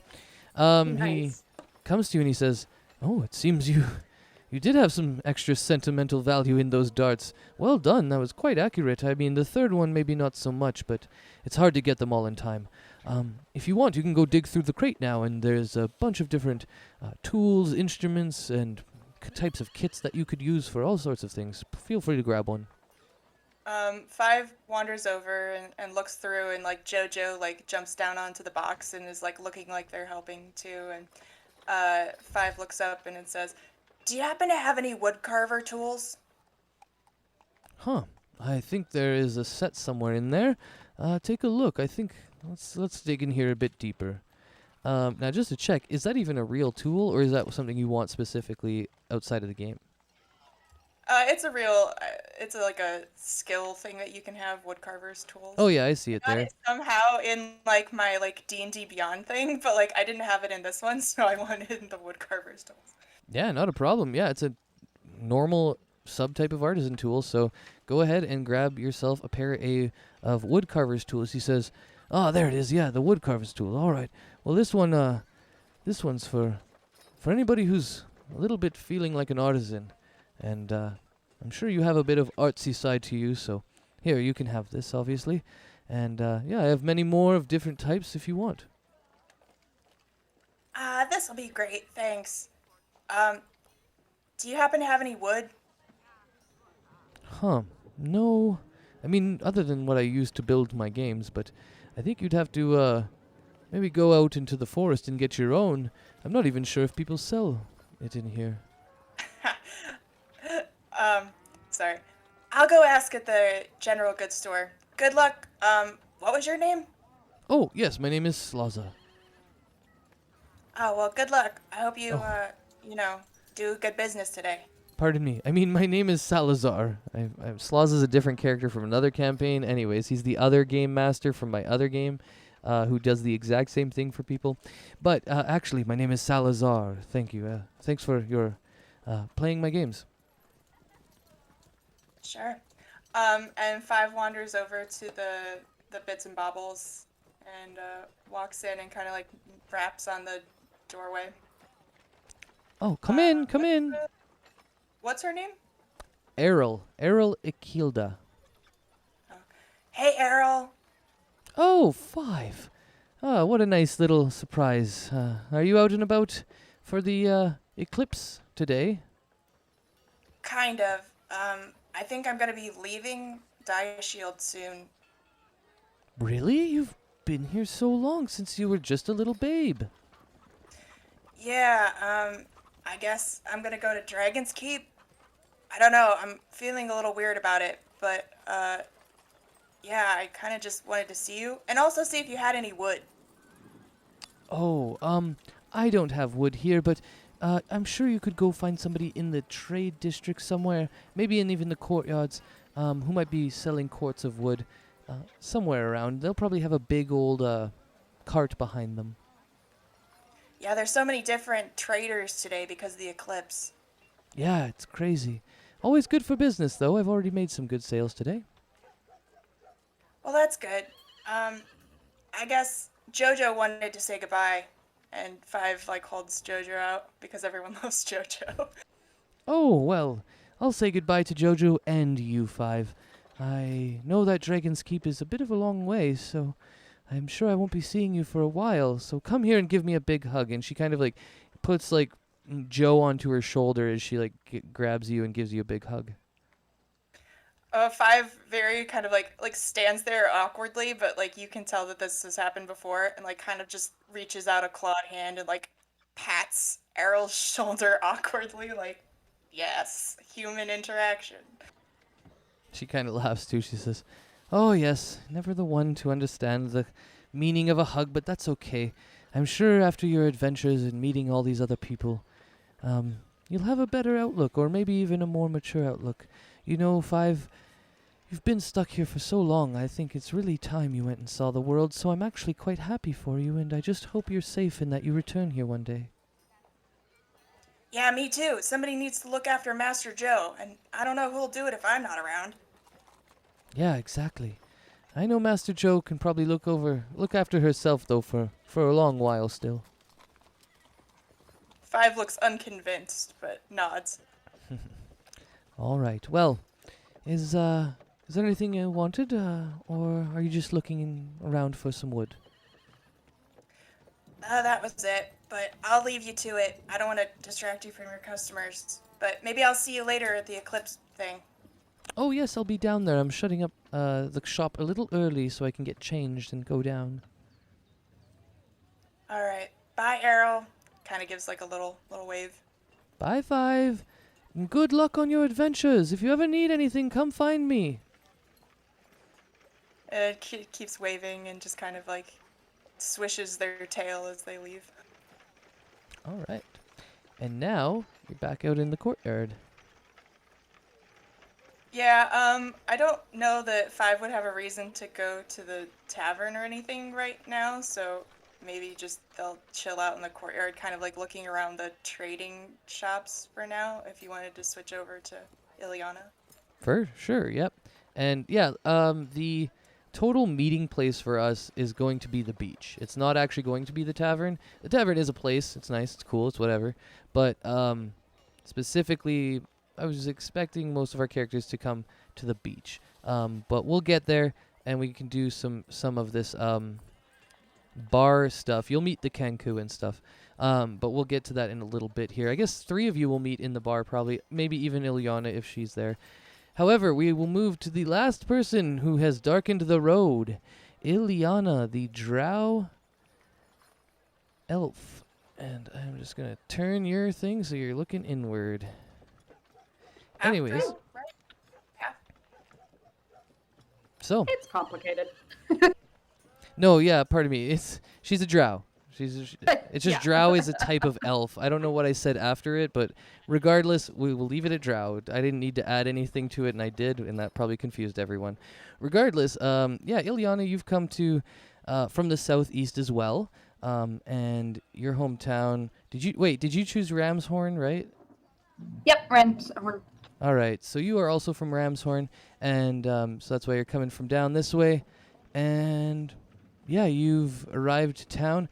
Just give us a general sense of what you're thinking as you arrive to town, and then we will get into some perception checks and stuff. Iliana's basically just kind of thinking about kind of scoping out the trade district, just seeing who's there, who's the merchants, and if she knows anyone and stuff like that. Cool, cool. Maybe some of the friends from Ramshorn have made their way all the way up here. Mm-hmm. All right, well, I'm going to get you to roll me a... Because I actually just said that Salazar was from Ramshorn. And I didn't do this for Beryl, but I probably should have. We'll do it later, though. Or we'll get both of the rolls now, and then we'll do the actual RP later. But I do want to roll to see if you know Salazar. So, my traveling dude, game master, I guess you would call him. Roll me, and I don't know how I want to do this. We're going to go D20. Anything above 10, you know him. Below, you don't. And 10 equals above. So 10 and up is you know him, and below, you don't. Okay, so I'm rolling a d20. Yep, just a straight clean D20. No modifiers, nothing like that. And you can do it from the left, or you can type it. Oh, cool, perfect. Yeah, D4, you do not know this guy. Ramshorn's a big place, too. It's a little bit smaller than the biggest place, the Springs, but it's too big for you to know everybody. Let's put it that way. So, you do not know Salazar as you arrive. However, I'll get you to roll me your perception now.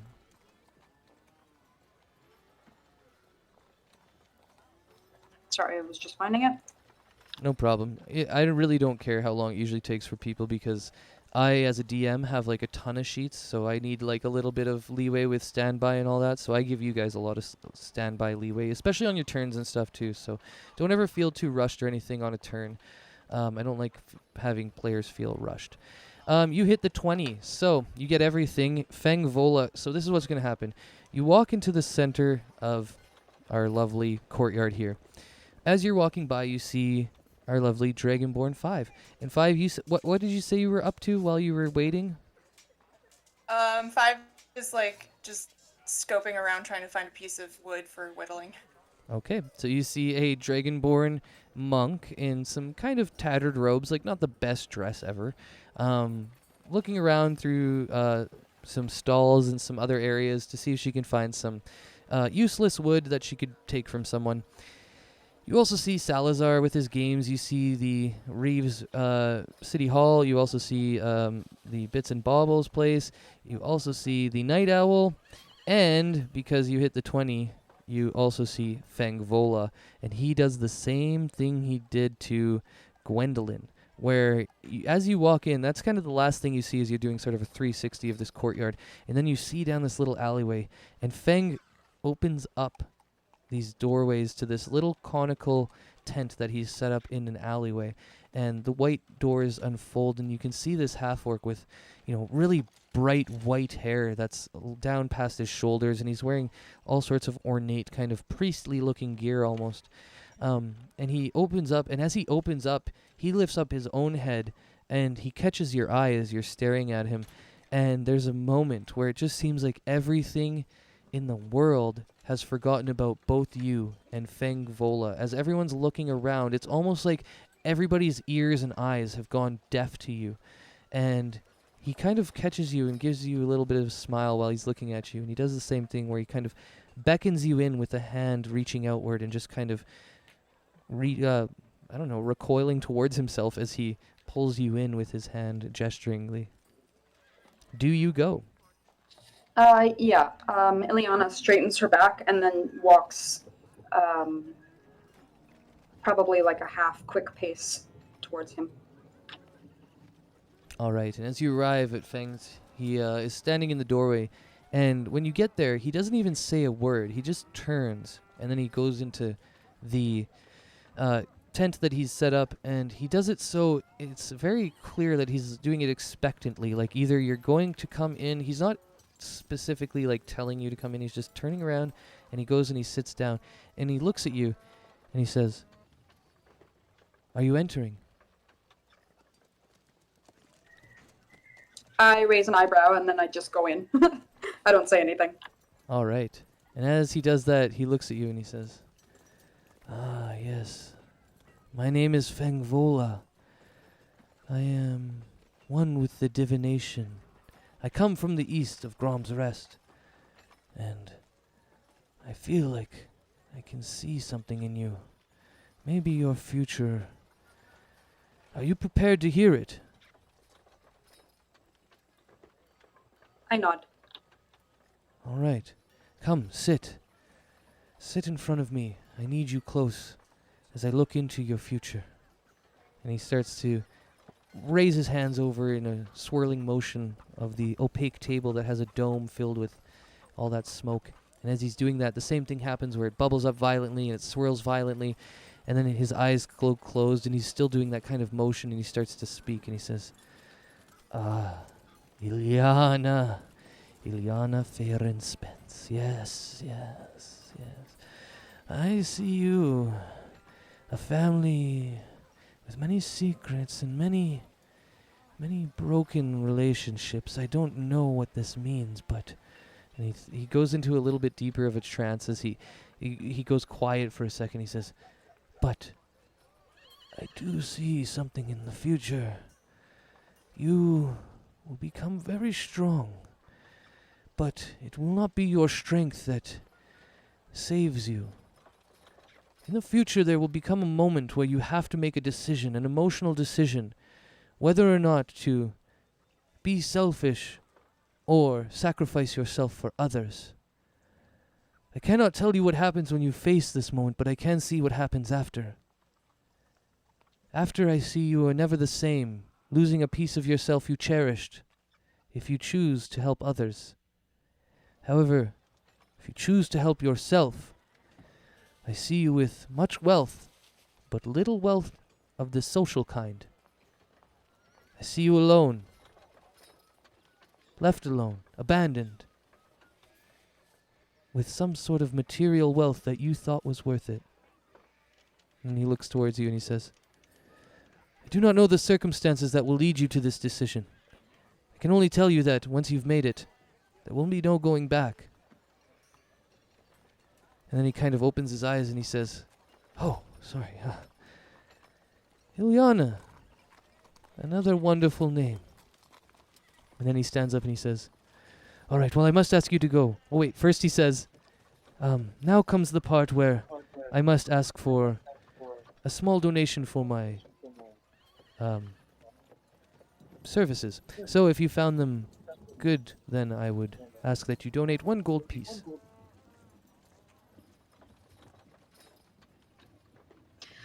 Iliana stands up. Ooh, there's a weird echoing. I did hear that a little bit. I think it was just catching a little bit of an open channel, but it's closed now. Okay. Iliana stands up and she just kind of like looks him over and tosses 2 gold coins at him. Oh, bless your heart. Such a generous soul. And then he kind of laughs. He says, maybe you will make the right decision when you get to that point. She just smirks a bit and then goes to head out of the tent. All right, sounds good. Yeah, and Iliana, I did notice just a little bit of an echo of my voice coming through into the mic at one point. So if you have headphones, you could toss those on maybe, or just turn down the external speakers. Oh, it was Gwendolyn's bad. Okay, I knew there was an open channel. Anyways, thank you, Gwendolyn. And I was like, is it my channel? Okay. No, I think we're good then, actually. I think we're good. Let's just keep moving. So you've headed out of the tent, and you've come back into the courtyard, and you see all of the normal things as Feng quickly closes up his tent again and says, I must be alone for now. Please do not come back. And he kind of disappears into the tent.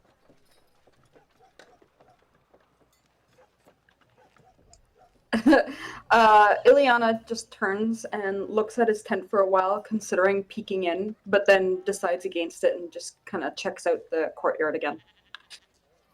Okay, cool. Yeah, that would have been interesting and sneaky, but that's okay. Yeah, the courtyard has all the same people, the games guy that you don't technically know, the goods, anything like that. And the mayor's office and the bar. I'm gonna head over to Salazar. All right, my game's master. Yeah, he sees you coming and he says, interesting, a drow of all things. Well, look at you. You look like a thin whip. Well, do you want to play some games? I've got some games here. If you're interested in winning some extra money, you know, a bit of gambling, or maybe even one of these fine instruments or tools or a world map, come step up. I have 6 games for you. Hello. I think I might be interested in your darts game. Oh, in my darts game, yes. Seems to be a hot topic today. I've had some really good throwers today. Normally I make a bunch of money on this darts game, but I've been paying out a little bit too much, obviously, today. And then that guy came with that orc. Oh my god, and he took my bag. But anyways, doesn't matter. Please, I'll take 1 GP from you if you do have it. And then, of course, you will take these darts here and you will throw them at the 3 targets. And if you get all 3, you will win a great prize of 10 gold. And if not, you'll win a secondary prize. And if you only hit 1, you'll win the least amount of prize. And if you miss all, you get nothing. I smile and then I'm like, I gather the darts that he passes me. All right, well, let us see how you can do. So, 3 dex checks unless you have acrobatics in proficiency, and you can use that. If I have acrobatics, do I click that 3 times? Yes, that will be the check we use, yep. And you'll be able to add proficiency bonuses. Yeah, cool. I see you've got the 2 plus 2, so it's clearly you're getting 2 from proficiency and 2 from dexterity. That is exactly what I want. Well done.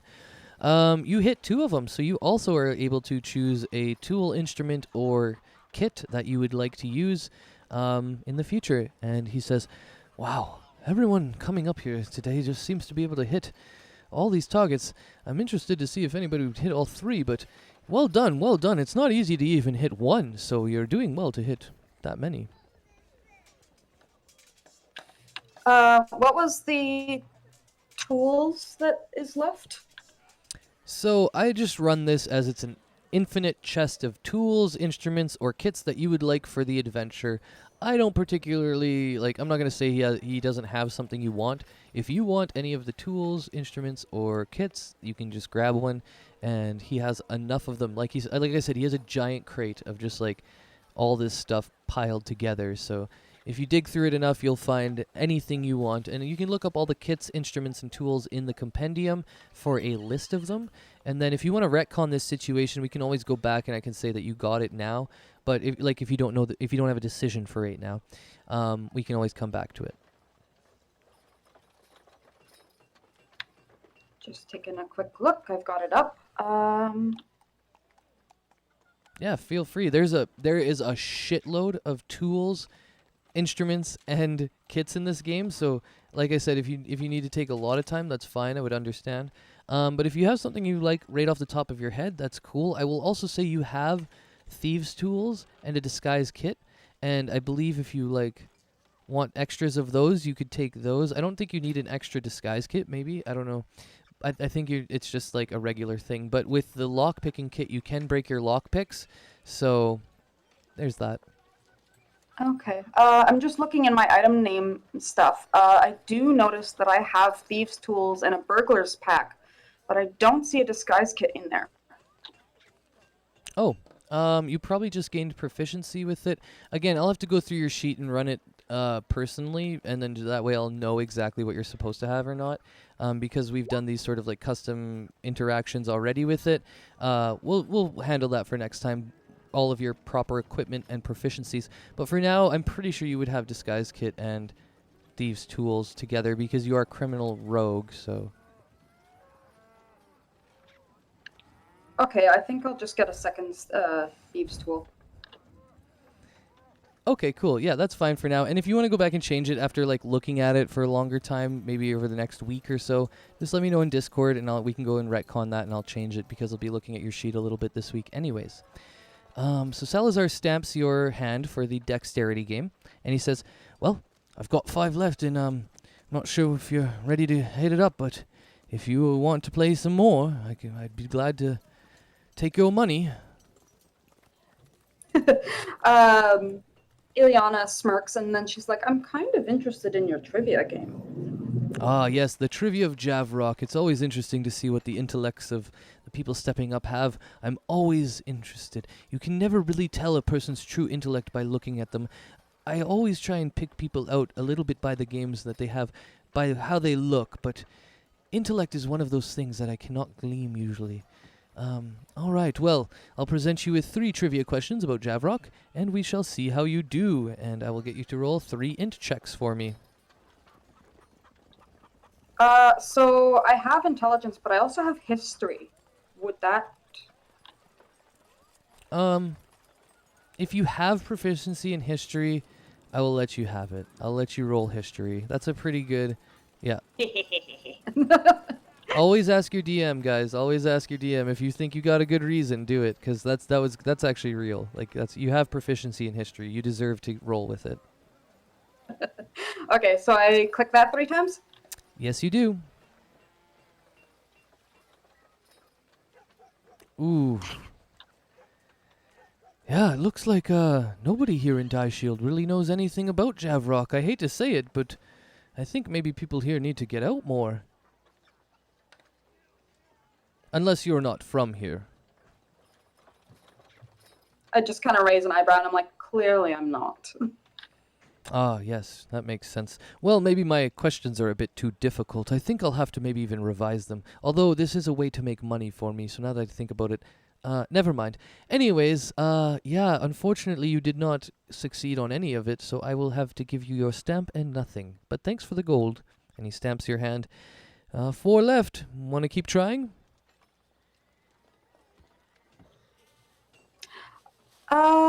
No thank you, but thank you for the chance to play today. Oh, no problem. It's always my pleasure to see a smile put on everybody's face. And then I will just retcon to make sure, or just like out of game, make sure you did take 4 GP now total out of your thing, as you've given 2 to Volga and Feng, Vola, and you've given 2 to Salazar. Yep, I gave 1 to Salazar.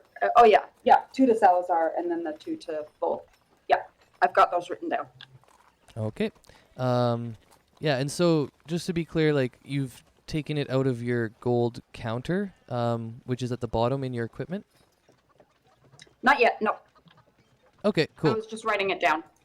All right, never mind then. I will let you do that when you're good to go. All right, so Salazar, he's done with his games. Where do you head next?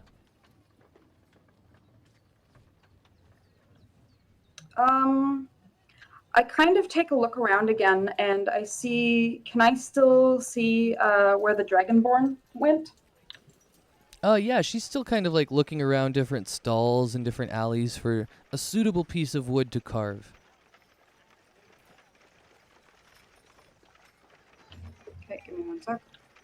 Okay, cool. And actually, since Gwendolyn is BRB right now, I'm actually going to go take a quick bathroom break. I'll be right back. I probably should have done it at the 2-hour mark, but I'll do it right now, and then we'll get into it. And also, 5, I want you to roll me a perception to see if you found, or investigation, pardon me, to see if you found a good, suitable piece of wood yet or not. Okie doke.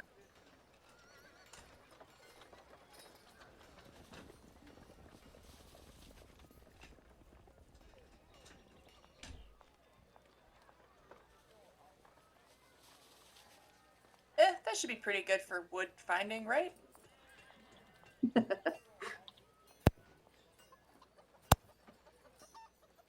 Oh no, what happened to Beryl?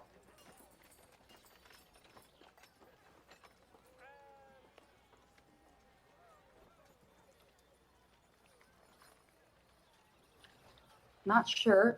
Does anybody know what the heck a piton is? It's a thing that you use in rock climbing, isn't it? It's like one of those metal things you like jab into the rock so that you can hook stuff onto it. I could be completely wrong. Like, don't quote me on that. I just think that's what that is. Yeah. Okay. The ropes and stuff in place in your clan. Got it. Which I only know from D&D.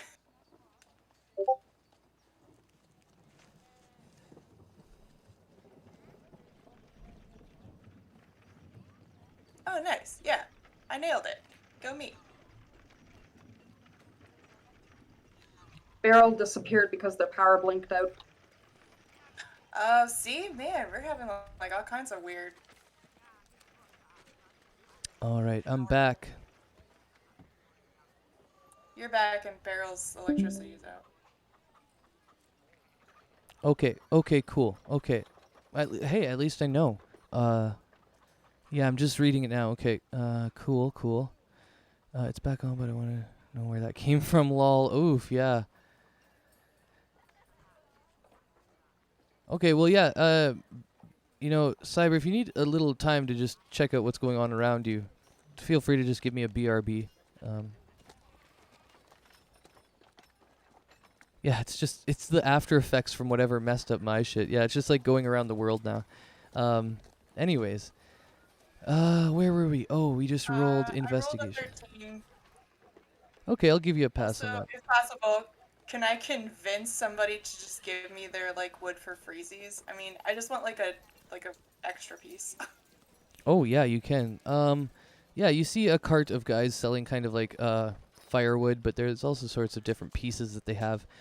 Go ahead and roll me a persuasion as they are selling it, but maybe if you're persuasive enough, you can get them to give you one. I'm so charismatic, but I gotta try. All right, I'll give it to you. For me. Yeah, that's good enough for me. I had it at 15. 15. Again, I run meat beats, so you meet it and you beat it. Yeah, the guy kind of looks at you and he says, "All right, well, I know you're looking for a little bit of a weird piece of wood here." And he kind of picks out a big one that looks a little bit better than the others, and he says, "What do you think about this? I think you could carve something out of that." Oh, that would be great. Thanks a lot. No problem. It's a bit too naughty anyways. It looks a little like it wouldn't burn as good, so anyways, you can have it for free, no problems. Five takes it and Jojo like runs out along their hand and just kind of like, washes their whiskers and looks all cute in thanks. Oh, awesome. Hey, this is cute. All right, well, yeah. Have a good day, and hopefully you can make something good out of that. Thanks again. Come on, Jojo. Let's go see if I can capture your likeness in wood. And the guy kind of laughs as the mouse leaves, and he says, "Bye, Jojo." Yeah, everyone likes Jojo. Definitely, yep. All right, so you're going to go chill out and carve for a bit? Yeah, Five's just gonna wander back over to the fountain and just sit there and like start messing around with this piece of wood. Okay, so there you go. That's what 5 is up to. When Iliana, you finish your games and you look around, you see this young little copper dragonborn. I guess not little. Anyways, young copper dragonborn. Little for a dragon, but Yeah. But not overall. And anyways, yeah, you guys can go ahead and interact or do whatever you want. Iliana walks kind of close by, like within a 5-meter distance. Yeah, we role playing hard today. Of the dragon, and just kind of watches the dragon for a bit.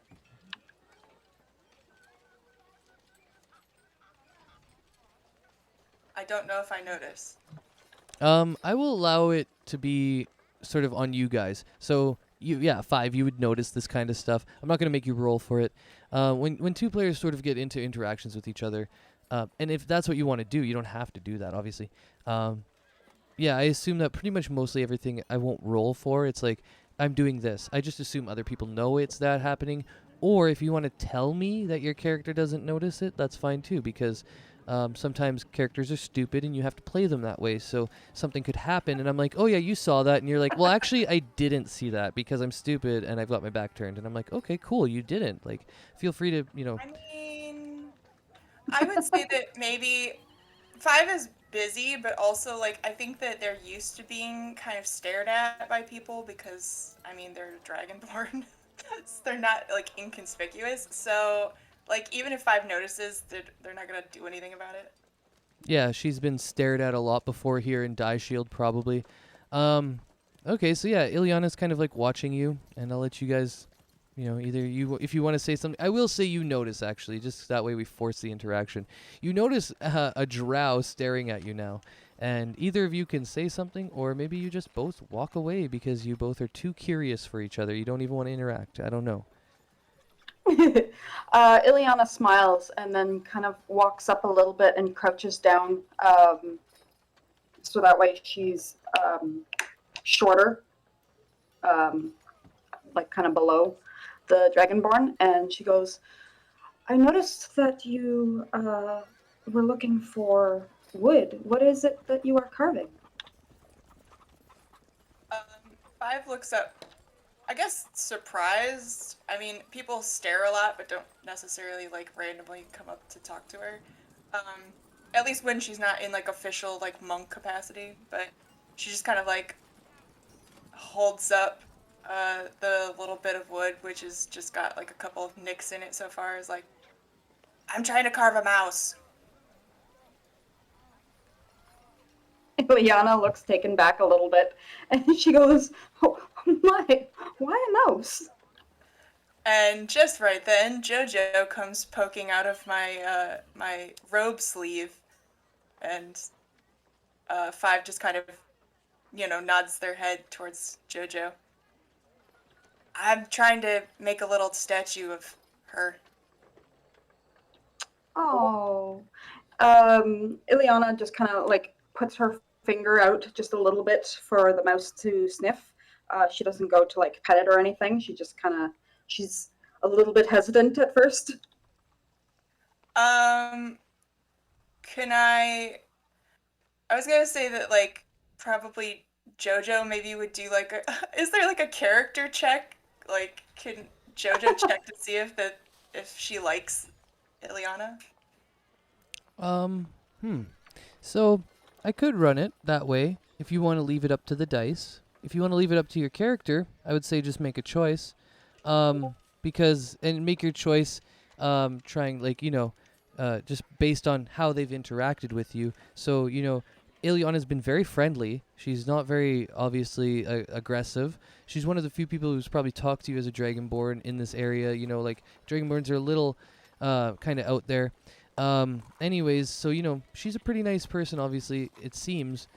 But I will leave it to you. If you want to roll for it, just declare your roll beforehand. So you'd be like, above 10 and 10. 10 and above would be I like her, and below I don't like her. And that's kind of how I use my random rolling, or like to determine things that I don't want to determine specifically about characters. I usually roll above 10s or like a good thing, and when you hit a nat 1, it's a bad thing. So if you want to roll to see if you actually do like her or trust her or whatever, want to interact with her, you could do that. Or you can just make it up off of the way that she's treated you and the way that Five would react naturally. It's up to you, and I don't think either way is superior. So feel free. But I will kibosh random rolls on specific things, like say you're a good character and you come to a point where you're going to like steal and kill from people.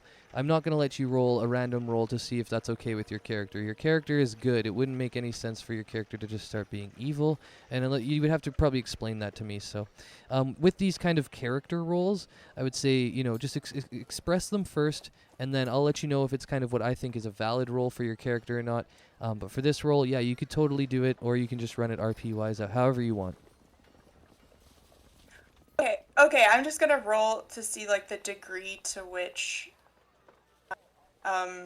Jojo is like friendly. Yeah. That's awesome, yeah. And I will always let you run Jojo. Jojo is technically all you. So in other parts of the game, there might be companions or other things that I specifically run, and they are mine, and I won't let you tell me about what's going on with them. But for Jojo, you are the DM for Jojo. So Jojo, yeah, well, you run the 5. You know what a 5 means, so. So I think Jojo would be friendly anyway.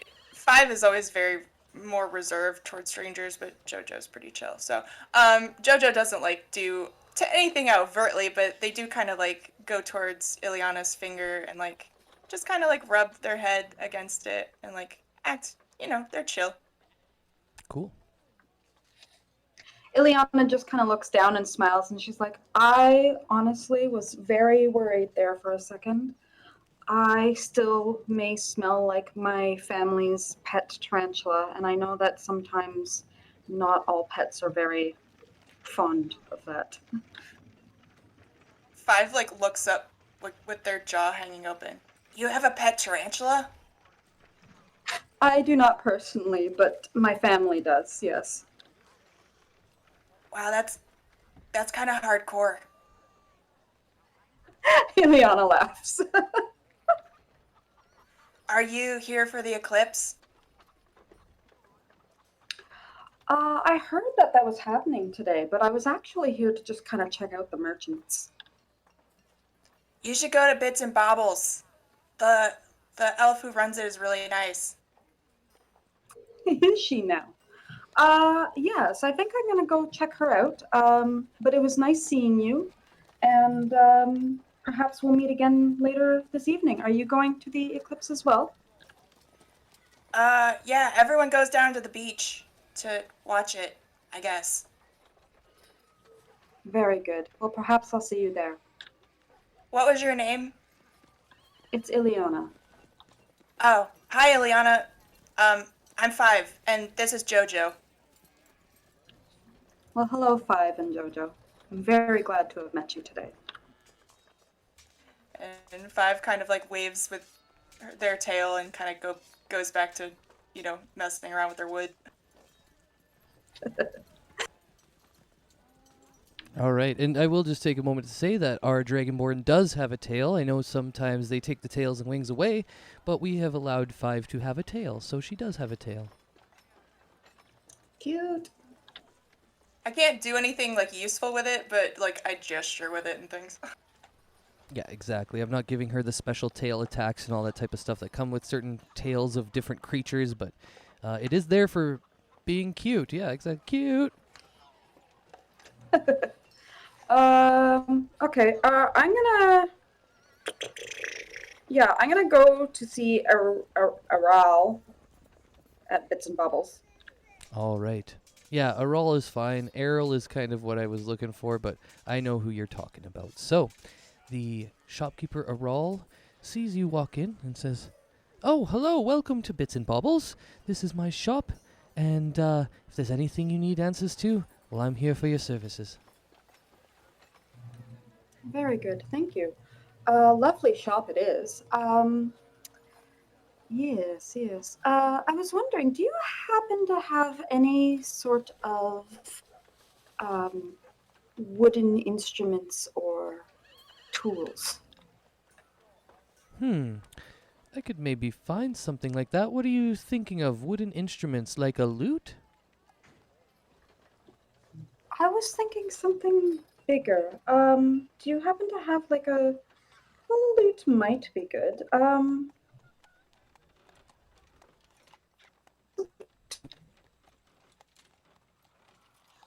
Yeah, lute is kind of like a big guitar that's like, or not a big guitar, it's like a little guitar, I think. Anyways, it's made of wood. But maybe out of game, just tell me what you're inquiring about, and I can help you just navigate it and tell you what she would have. I just pictured a lute very small, like a banjo kind of thing. Yeah, it's like a are smaller one. Or a Okay. ukulele. I was kind of looking for something like guitar-sized. Okay. I will look up instruments. I don't know. Does anybody else know? And our bard's not here, so our resident on what should be instruments. Let me think. There is one that's bigger, and I'm just gonna go look it up in the compendium right now. You can type in instruments if you want to do it along with me, and we can kind of all take a look at all the different instruments. Oh God, no, you can't type instruments. You have to type instrument. Right? Oh no. Oh God. Cello. Is like roughly guitar sized. Oh yeah. The cello? Is that what you're saying? Funny if she wanted to walk.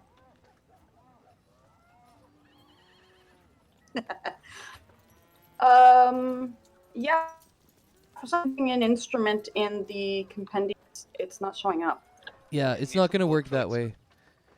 Unfortunately, we'd have to look into PHB and go do it that way. So, how about this? I'll sell you a big wood instrument. We'll put it into your inventory list, and we will rename it with a proper name of what it is once we actually know The instruments, because I only know a handful of instruments. To be honest, I know flute, pan flute, lute, and then there's like a bunch of others that I don't know. There's a lyre. Oh yeah, and a bagpipes. What's the lyre? I have no idea what a lyre is. L-Y-E-R. It's basically a harp, like a mini harp. Yeah, it's like a baby Greek harp. Okay, well, how does it sound that we just, we'll retcon the actual instrument, unless you need it specifically right now to have a name and, like, a style. Nope, doesn't need a name or a style. Okay, so that, and how much would that, instrument be? Well, let me look at my sheets. Give me a sec. I think everything in it there is 1 gold and 2 gold. I'm like, man, a new campaign, all my gold prices are fucked. I have to remember all new stuff. Yeah, it's all like 1 gold. She'll charge you 2 gold for it. Okay, sounds good. 2 gold? Perfect. Here you go. Oh, thank you. Yes, and here you go. My wonderful large wooden instrument that you can have now in your inventory. Iliana bows, just gently her head, and she goes, "Thank you again. Will I see you tonight at the Eclipse?" Oh, yes, of course I'll be at the Eclipse, but maybe you could play us a tune before you leave. I'd really like to see what you've got. Iliana just looks at the instrument and she's like, "Oh no, it's not for that." Oh. All right, well, that's fine. I guess have a good evening or day. It's like midday, by the way. Yeah, have a good day. Yeah. Iliana chuckles and she goes, "You too. I look forward to seeing you tonight." All right, I'll be there, and I'll keep an eye out for what's most likely going to be the only drow around. Most likely.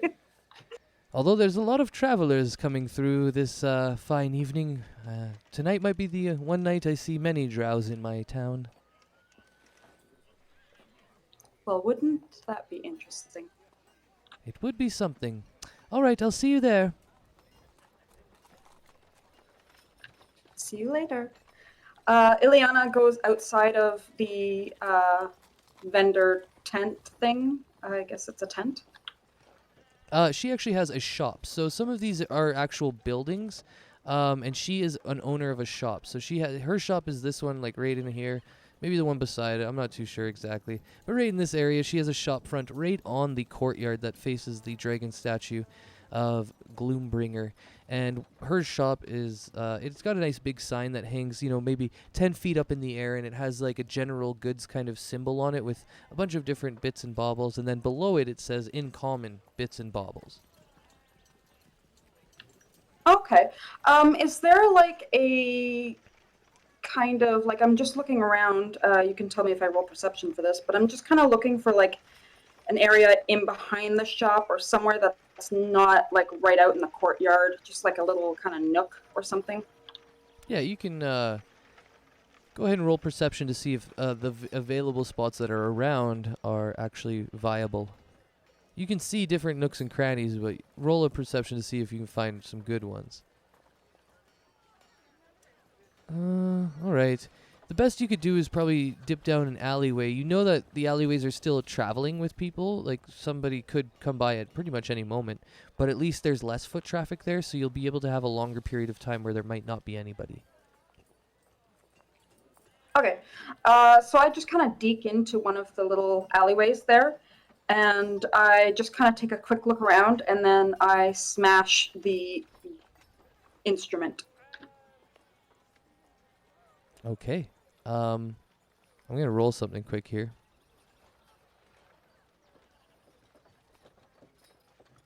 I don't a bit for me, do you? Yeah. What was that? You're Oh, I'm starting to cut out. I bet that's what's happening. 1 second here.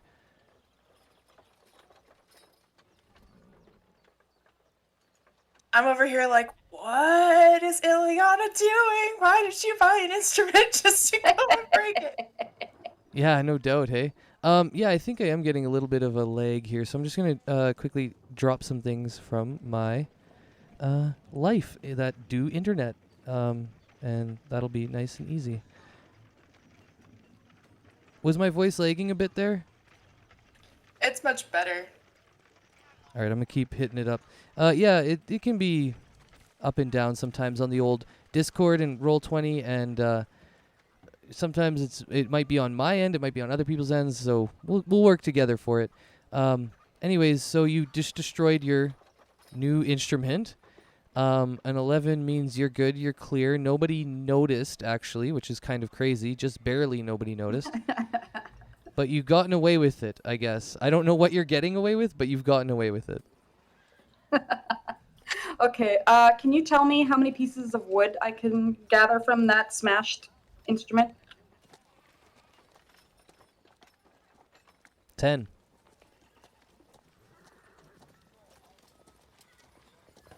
A total of 10 pieces you can get from the smashed instrument. Dang, 10 out of 10. Perfect. So Iliana gathers up the larger pieces of wood, which is 10 pieces, and she just kind of like trots back to the Dragonborn, and she goes, "Here, I thought you might like to use these." Okay, 1, oh my god, that's so cute.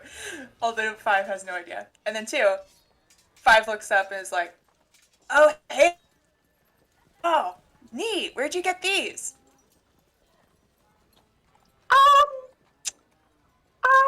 I broke some wood down.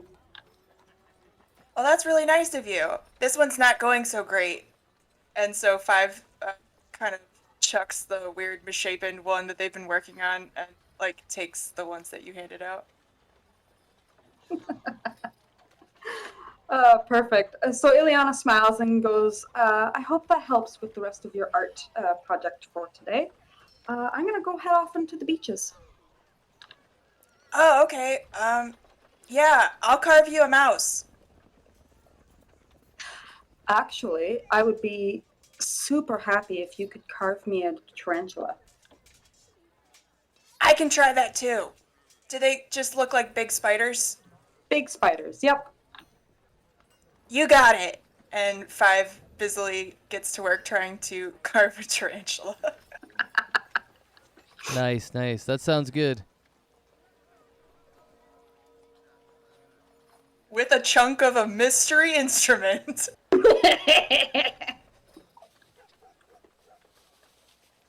All right.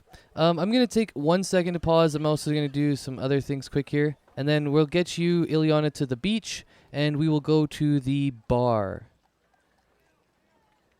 As we have gone through the introductions now of everybody, so that's good. And we can all start getting together. I'm gonna find a nice shaded spot that's up higher. Oh, okay, that works for me. I'm just going to put you off the map on Daishield now as you've gone outside of the walls of Daishield, and just down below Daishield is... For who got the map, actually? I just want to remember who got maps. It was me.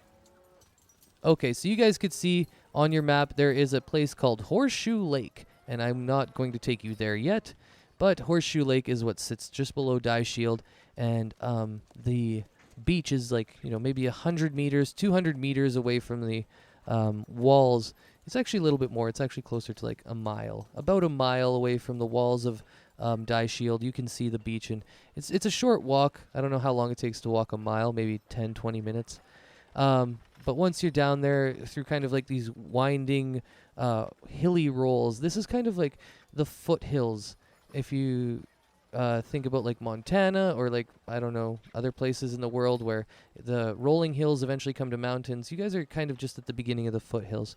And so you're walking through these hills, Iliana, as you go, and you get down to the beach, and you can see some people have gathered there. They're swimming and doing stuff, and there's a bunch of trees down on the sort of edge slope, the shoulder slope at the bottom, and there's been trees gathering there at the bottom of the kind of slopes of the winding foothills, and you're able to find a place to sit down in the shade. Now, 5, I'm going to leave you in the middle of the courtyard unless you want to continue to do something, and then we will go to the bar. Nope, 5 is good. We're set for now. Okay. And I know we only have a half an hour left in this session, which is where I end it normally. So there was a goal to maybe try to get us close to combat or into combat today. We will see if that happens, but it probably won't. We will just get maybe to the part where we get down to the beach, and we'll go from there from next session. So I'm going to go ahead and take these 3 to the bar. Actually, I'm not going to take you to the bar yet. I'm just going to bring the Kenku out onto this page, and we can just go from there. So Beryl is not here because of the storm, I believe. Yes, okay. So then it is literally just Globuk and Gwen who are in the bar, because Beryl's, we're going to say he's been walking around town. I'm going to try and RP this because he's stupid, or at least he's playing him that way. He's been walking around town trying to find the night owls, even though the guy kind of pointed it over to where it was or whatever. He totally missed it, went the wrong direction, and now he's kind of lost in the North Road in some sort of like more housing areas. There's apartment buildings and stuff. The trade district is all shops and stuff. But Beryl just doesn't get it. Beryl is that guy, and he's totally missed it, so. All right. Yeah, wait, the opposite of Beryl, right? Oh, yeah, no, Brilliant is the, I get it now. I get the joke. Okay, anyways. So yeah, Gwendolyn and Globuk, you come to this bar. Now, Globuk, you would have been first. So I'll just pull her down. And you come into the bar. You see it's called the Night Owl. And you have Kenku at the bar. A Kenku is like a crow humanoid. And they speak and stuff like that. So you can... And I think Globuk would know this. Now, I don't know. Would you know this, Globuk? I won't tell you what you know or not. Do you know what a Kenku is? I mean, he probably would, yeah. Okay, cool. So, yeah, I would say so too. Anyways, the Kenku is there. Because it's midday, the bar isn't that busy, but there are people there that you can tell, different travelers who've taken time off to come down to Daishield. They're having like lunches, late lunches, a few drinks and stuff. Now that the afternoon's kind of getting more towards supper time, maybe sort of like between 4 and 6-ish, maybe 3 and 6-ish, as you guys show up to this bar. And you can see the Kenku at the front is like totally in charge of the bar. He seems like he's just doing everything, and he looks towards you guys and he says, "Oh, more people. Shine some more glasses." And you can see some of his workers around him, just regular humans, are working at cleaning the bar and cleaning out different glasses for him and stuff. And he's sitting at the back of the bar, up above, behind all of them, in a sort of like walking pathway where he kind of walks back and forth, and he kind of shouts things at like his servers and at the barkeeps and at different people. But he's kind of walking on this like little runway behind the bar, elevated behind the bartenders a little bit. And yeah, he's telling them to like shine glasses and stuff when you show up. Globuk. I would just walk up to the bar and stand there and order an ale. And one of the humans looks to you and he says, "All right, that's 1 gold for your ale."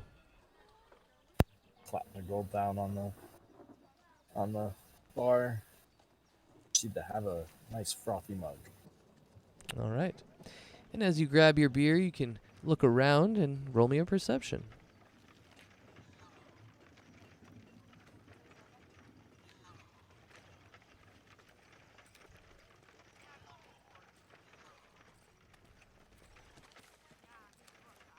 Okay, 16. Yeah, so the interior of this bar is very much decorated with like feathers and different bird type paraphernalia. There's different sculptures of all sorts of different birds on the tables, and there's different booths that have paintings of different birds around. There's even some paintings of some what appear to be famous Kenkus on the wall. And the patrons here are mostly just what look to be either people who live here or Empire citizens, mostly humans, some half-elves, and some half-orcs here and there. But other than that, not really. It's not really too many people are in here. Yeah, and the Kenku kind of looks at you and he says, "Oh, where you been hailing from? We've been getting a lot of travelers today." I'm from around. Okay, no worries. I'm not trying to hear your life story. Did you come for the eclipse? Yeah, I thought it would be an interesting thing to check out. Ah, wonderful, wonderful. Yeah, I'll be going out onto the back porch to take a look, but we gotta run the bar here, so I can't get down to the beach today. Oh, no.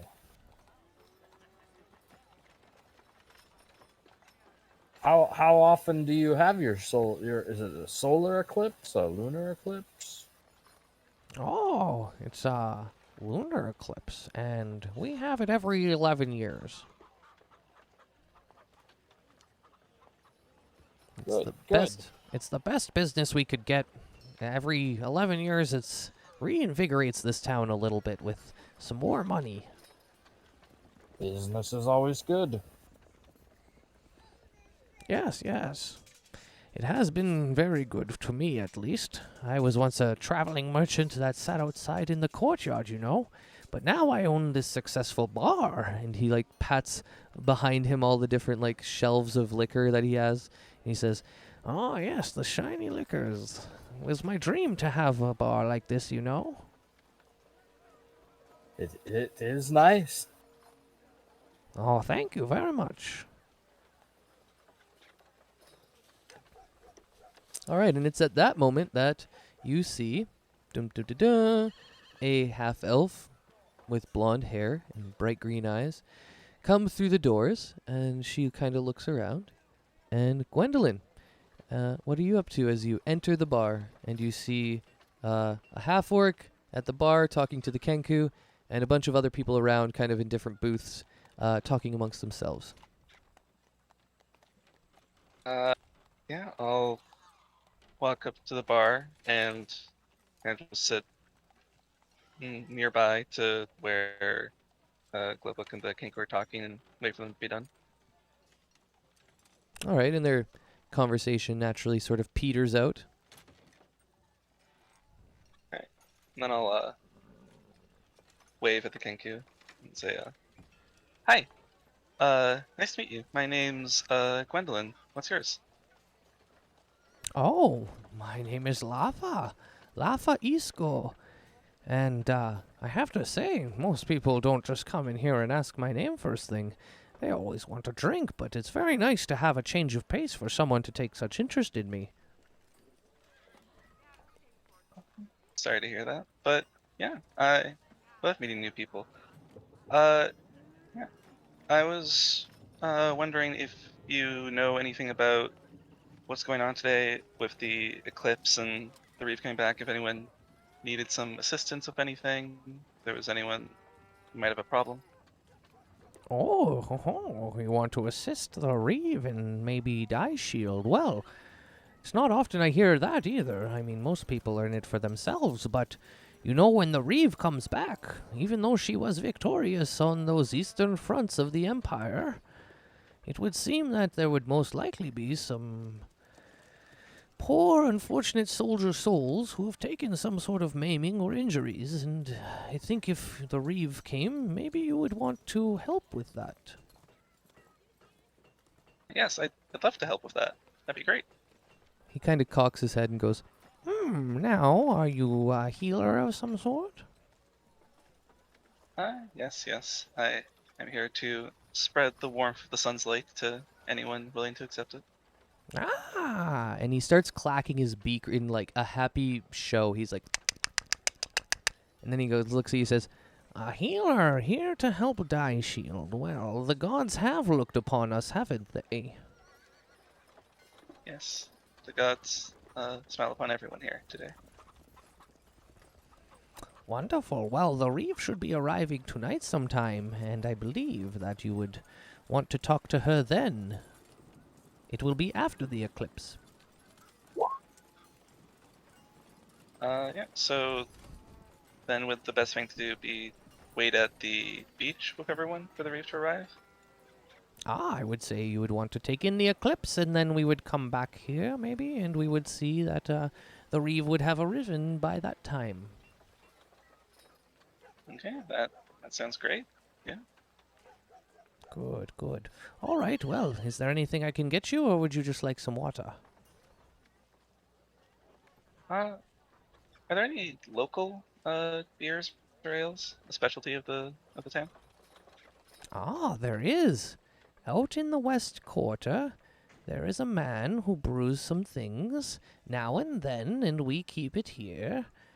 Now, I'm not sure if it will be to your tasting, but our friend Sibo Pock at the Red Bark Inn, just outside of town at the West Quarter, he has brewed a special Red Bark Ale, and maybe that would be to your taste. Yeah, I'm always willing to try new things. All right, well, here you go. 1 gold, just like the rest of them. Yeah, here you go. Oh, kind of gold. Thank you. And he gets one of his servants to push you a frosty cold mug of Red Bark Ale from Sebopock's Inn. Now, this is someone you have not met yet.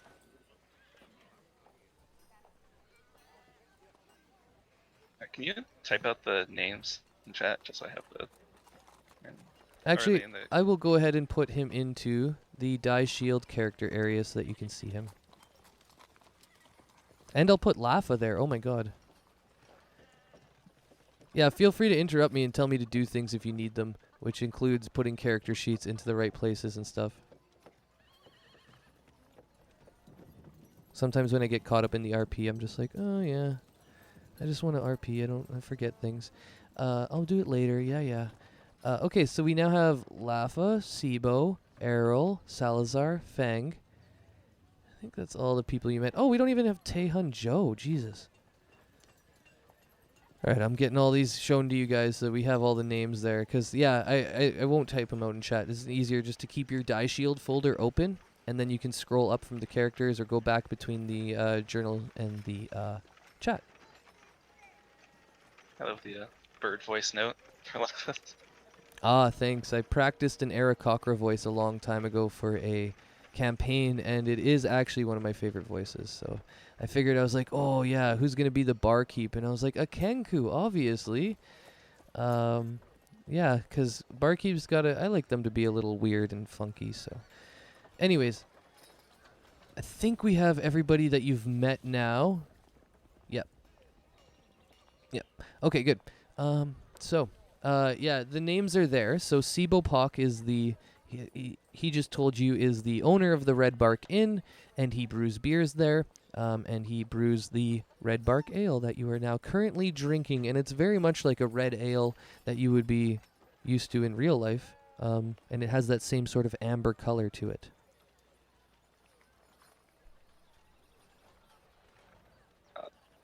Yeah, so I guess I'll take a few sips. Say, wow, this is great.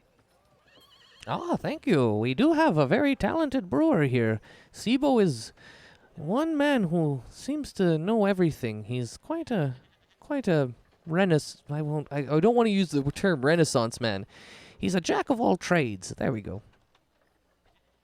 Definitely gonna have to find him at some point and compliment him on this. Oh, well, you just head out the West Road, and there's only one really building right outside the gates. You would have seen it if you came in the West Way.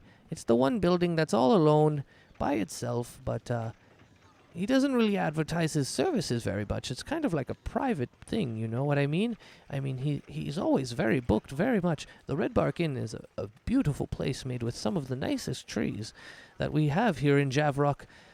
But yes, if you ever want to see him, just head out the West Quarter on the West Road and then take a turn south, and you'll see the inn there. It's a little bit inconspicuous, and it's behind some trees and things like that, but once you know where it is, you'll be able to find it.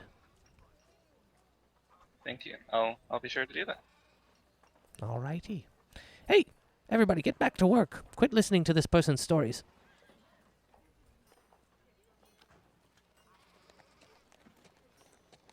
All right. Is there anything, Gwen, Globuk, you guys want to do with each other at the time? Or are you content to have some beers and then head out to the beach. I'm good with that. Yeah, at most I would just say like hello and introduce myself, but I don't imagine that's going to go very far. Yeah, you guys can play with each other if you want. You guys can, go up to Globuk, see what he says. All right. Yeah, I would kind of like scoot over to be in like proper conversation distance. I'd say, "Hi there, nice to meet you. My name's Gwendolyn. What's your name?" My name is Globuk. Oh, that's a interesting name. Where are you from, Globuk? Oh, I here and there, but mostly Grom's Rest. Oh, cool. I've never been there. I'm from Wood myself. So what are you doing here in town? Eclipse sounded okay. Eclipses can be very dangerous. I'd recommend being careful. Okay. There's no telling what will happen when the sun's light stops shining.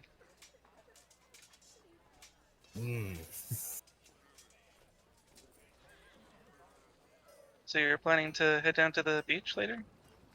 That's the plan. Huh, I'm also headed in that direction. Do you want to just go together? Talk some more? Why not? Fantastic. I love making friends. Well, I don't usually find myself in the company of elves, but seems like a good day. I rarely talk to orcs, but that's just because I don't happen to see your kind very often. That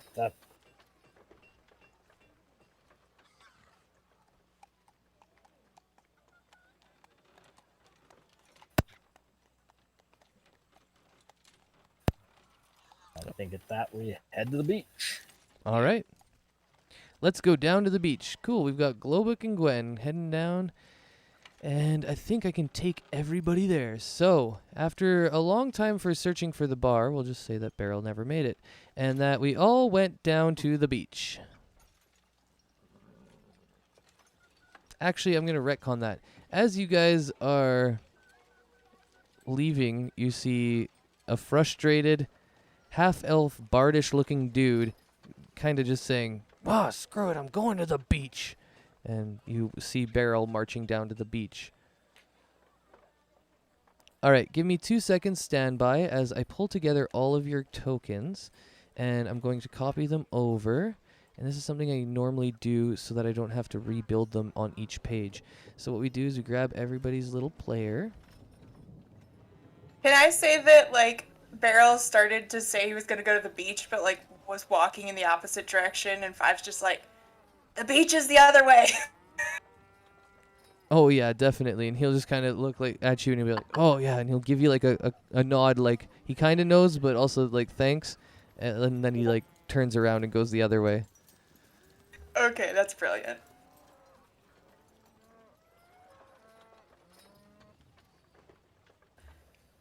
How did my tarantula wood carving come out? Well, let's see. You can roll it with your skills now. So this is what you're going to have to do. This is going to be a little weird. And I just need 2 seconds again. Yeah, I got my tokens all screwed up. I don't want Errol there.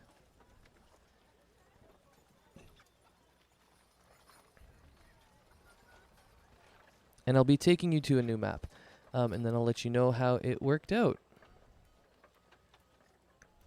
Ooh, we traveled. Yay, we all walked down the beach. Or down the path to the beach.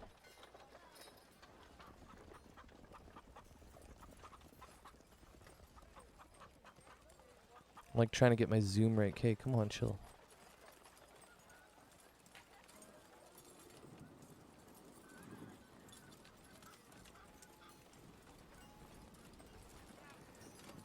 Okay, so I'll get you guys to each put yourselves where you want. Now, Globuk and Gwen, you had been you've been walking together, so wherever you guys go, whatever, or maybe you say you don't want to be together anymore, and for some reason while you're walking down the road, you decide to branch off. I don't care. Either way, you all arrive here, and then I'll let you kind of like spread out. As you see, there's different people all around, and now Iliana, you were under a tree somewhere, so I'll just kind of put you up near the top of the map, and we'll say you're just sort of off the map, but you're overlooking the whole beach. You're not off the map by very much, maybe 30 feet.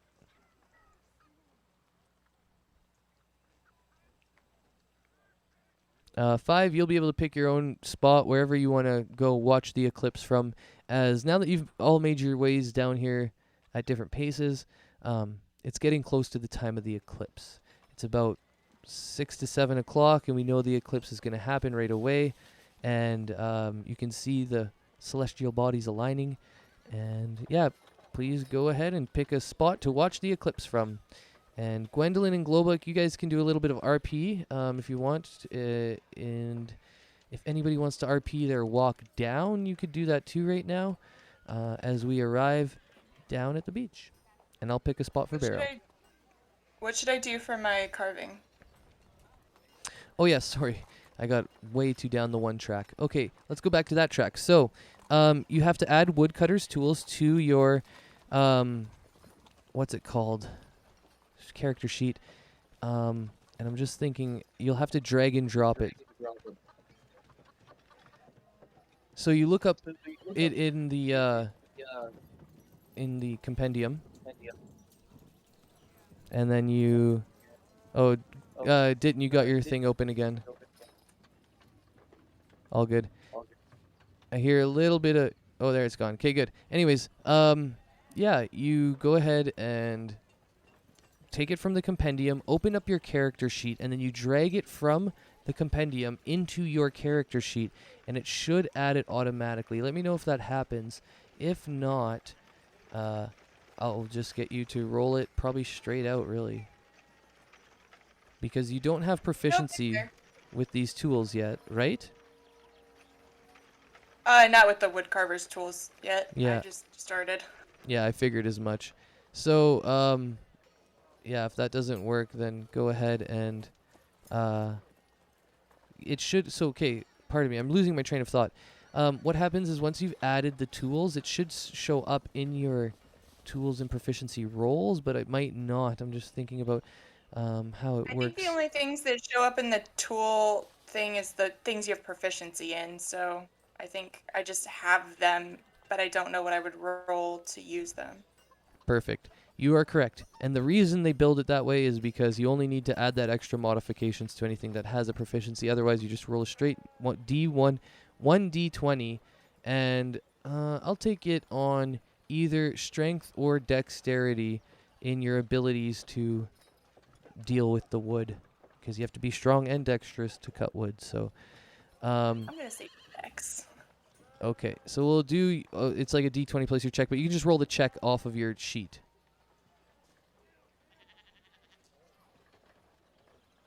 Okay, so 11, it's like a 55%. So it's not the best mouse, but it has the shape of a mouse. It doesn't have any really facial expressions or features like Joe does. Like the eyes aren't really done and the nose isn't really done properly or anything like that.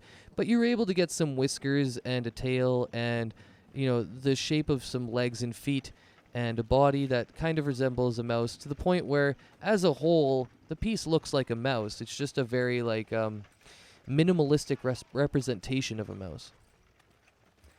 Oh, I did a tarantula too, since I was gonna go give it to Iliana. Oh yeah, roll that one too. Let's see if you get better or worse as time goes on. Hopefully better. Hey, it's a little better. This one definitely resembles a spider, and it's got a little bit of extra little detail to it. So on the back end where the spinneret comes out, it has a little point, like a where it would pierce people, and you were able to add a little bit into the face to add what looks like 8 eyes and some little pincers. It's by no means a perfect lifelike representation, but it is good enough to pass most people's wow, you did a pretty good job. Okay, so 5 comes down and automatically is looking for the other like monks and stuff, but I guess notices Iliana, or maybe notices. It's looking actively for Iliana, so Okay. She's up top on a tree ledge up here. So if you want to go visit her, just go take your token to the very top of the page because I just put her there. Yep, perfect. And you guys can go and chat if you want. so 5 just kind of like jogs up and like awkwardly like holds out the carving and is like, "Here, it came out a bit better than my mouse. It's probably still not great though. Also, I don't know what your tarantula looks like." Iliana chuckles a bit and she goes, "Oh, it's beautiful. Thank you." Insight check. Okay. But 5 also does not know if this is a sincere compliment or not. Yeah. So, 5 is just kind of like, "Okay, well, are you gonna watch the eclipse from up here?" Yeah, I figured I would just kind of keep far away from some people. Not everybody likes Drow. Oh, well, I know what that's like. Not everybody likes Dragonborn either. But my monastery is pretty cool. If you want, you can come watch the eclipse with us. I might stay back here for a little bit, but thank you for the invite. I'll keep an eye out for you guys, and perhaps after the eclipse, I'll come over and say hi. Sure. Have a good time. And 5 just kind of like awkwardly like shuffles and turns away. around and like walks off. I love these conversations already. All right. I will give us a 3-minute warning, too, as we're about to end the session here on the beach.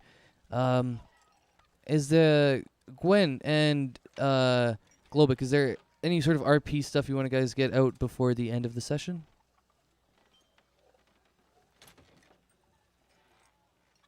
Yeah, I want to know what deliciously awkward conversation those two had Yeah. on the way down. Yeah, why both not? of these are pretty awkward, actually, yeah. So, Elf Lady, why Eclipse bad? Because it's going to be a long answer. Have you heard of Pelor, our Lord and Savior? No. Ah, well, then do I have a story for you? You see, he is the sun. He grants us his warmth and gives the world life. All around us, all the plants you see, all the people running around, we all owe to him and his warmth and his light. Blessed be he. If you want, I can one day take you to the church and we can go through all the old scriptures and the holy texts. He's just the best. If you open your heart to him and accept his warmth, you will understand true happiness, as I have. And then she just rambles on for like 20 minutes, just talking about this. But nighttime good too, right? Oh my god, nighttime good, too. No, no. No, the nighttime Oh, is bad, and it's full of dark shadows and people not acting in the best ways that they could. The moonlight, since it is just the sun reflecting off it, is helpful, but it's not enough. We need the true glory of the sun in order to be at peace. okay. I like nighttime. Okay, well, there's nothing. It's okay to be wrong sometimes. And she pats him on the head.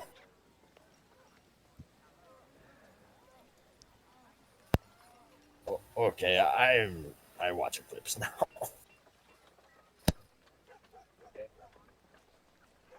All right. Time to watch the eclipse, right? Yep. All right. Yeah, I think so. Yeah, that was perfectly. Oh, that was so good. Anyways, I don't think I've had anything this awkward actually happen in my games yet. So this is good. Other than one time somebody tried to seduce a really old lady. That was weird. But anyways, I'm going to get everybody to roll Did it perceptions. happen? Oh, it did. But then and then it got weirder. We rolled for performance on how the night went, and she rolled a nat 1. And I didn't even know what to do with it. I was like, "Oh,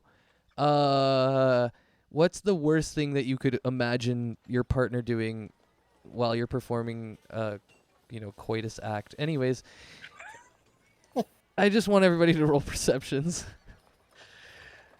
Yeah, it was tough. I kind of failed on giving them a good failure.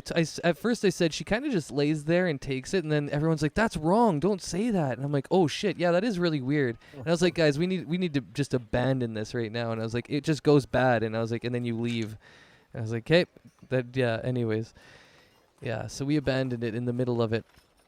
Cool. Well, everybody is enamored with the eclipse as it begins to happen, and you can see that now that it's starting to happen. Of course, everybody's come down over the last little hour. So while you guys have been down here chatting or whatever, a whole bunch of people have come down from Daishield, lots and lots of people, and they're all kind of happily gathered there as they're looking up towards the eclipse. And people who seem to be part of the city officials are kind of like walking around being like, "All right, everyone, make sure not to look at it too long. Make sure not to stare directly at it for too long. It can hurt your eyes if you stare too long," and blah, blah, blah. And eventually it begins to happen. And while it's happening, it's very beautiful. You can see the small moon and the big sun becoming one together, and then the halo that eclipses the moon. And as that's happening, Gwendolyn, you take a second to look away from the eclipse because it's so blinding and so powerful, and you just need a moment of reprieve for your eyes. However, when you see that, you see a large glow of red coming from over here, and you're not exactly sure what this light is because you know this is not sunlight. This is a type of red glow.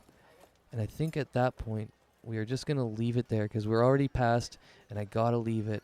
However, this ominous red glow that only Gwen sees as you're all staring. Maybe Beryl will see it when we retcon his whole perception check because we still need one from him.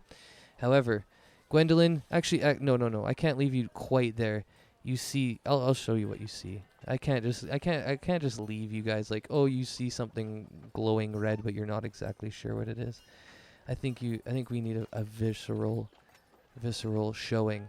So, you see a bunch of beetles. Nobody else has noticed this yet, as the majority of the people are still looking up at the sky.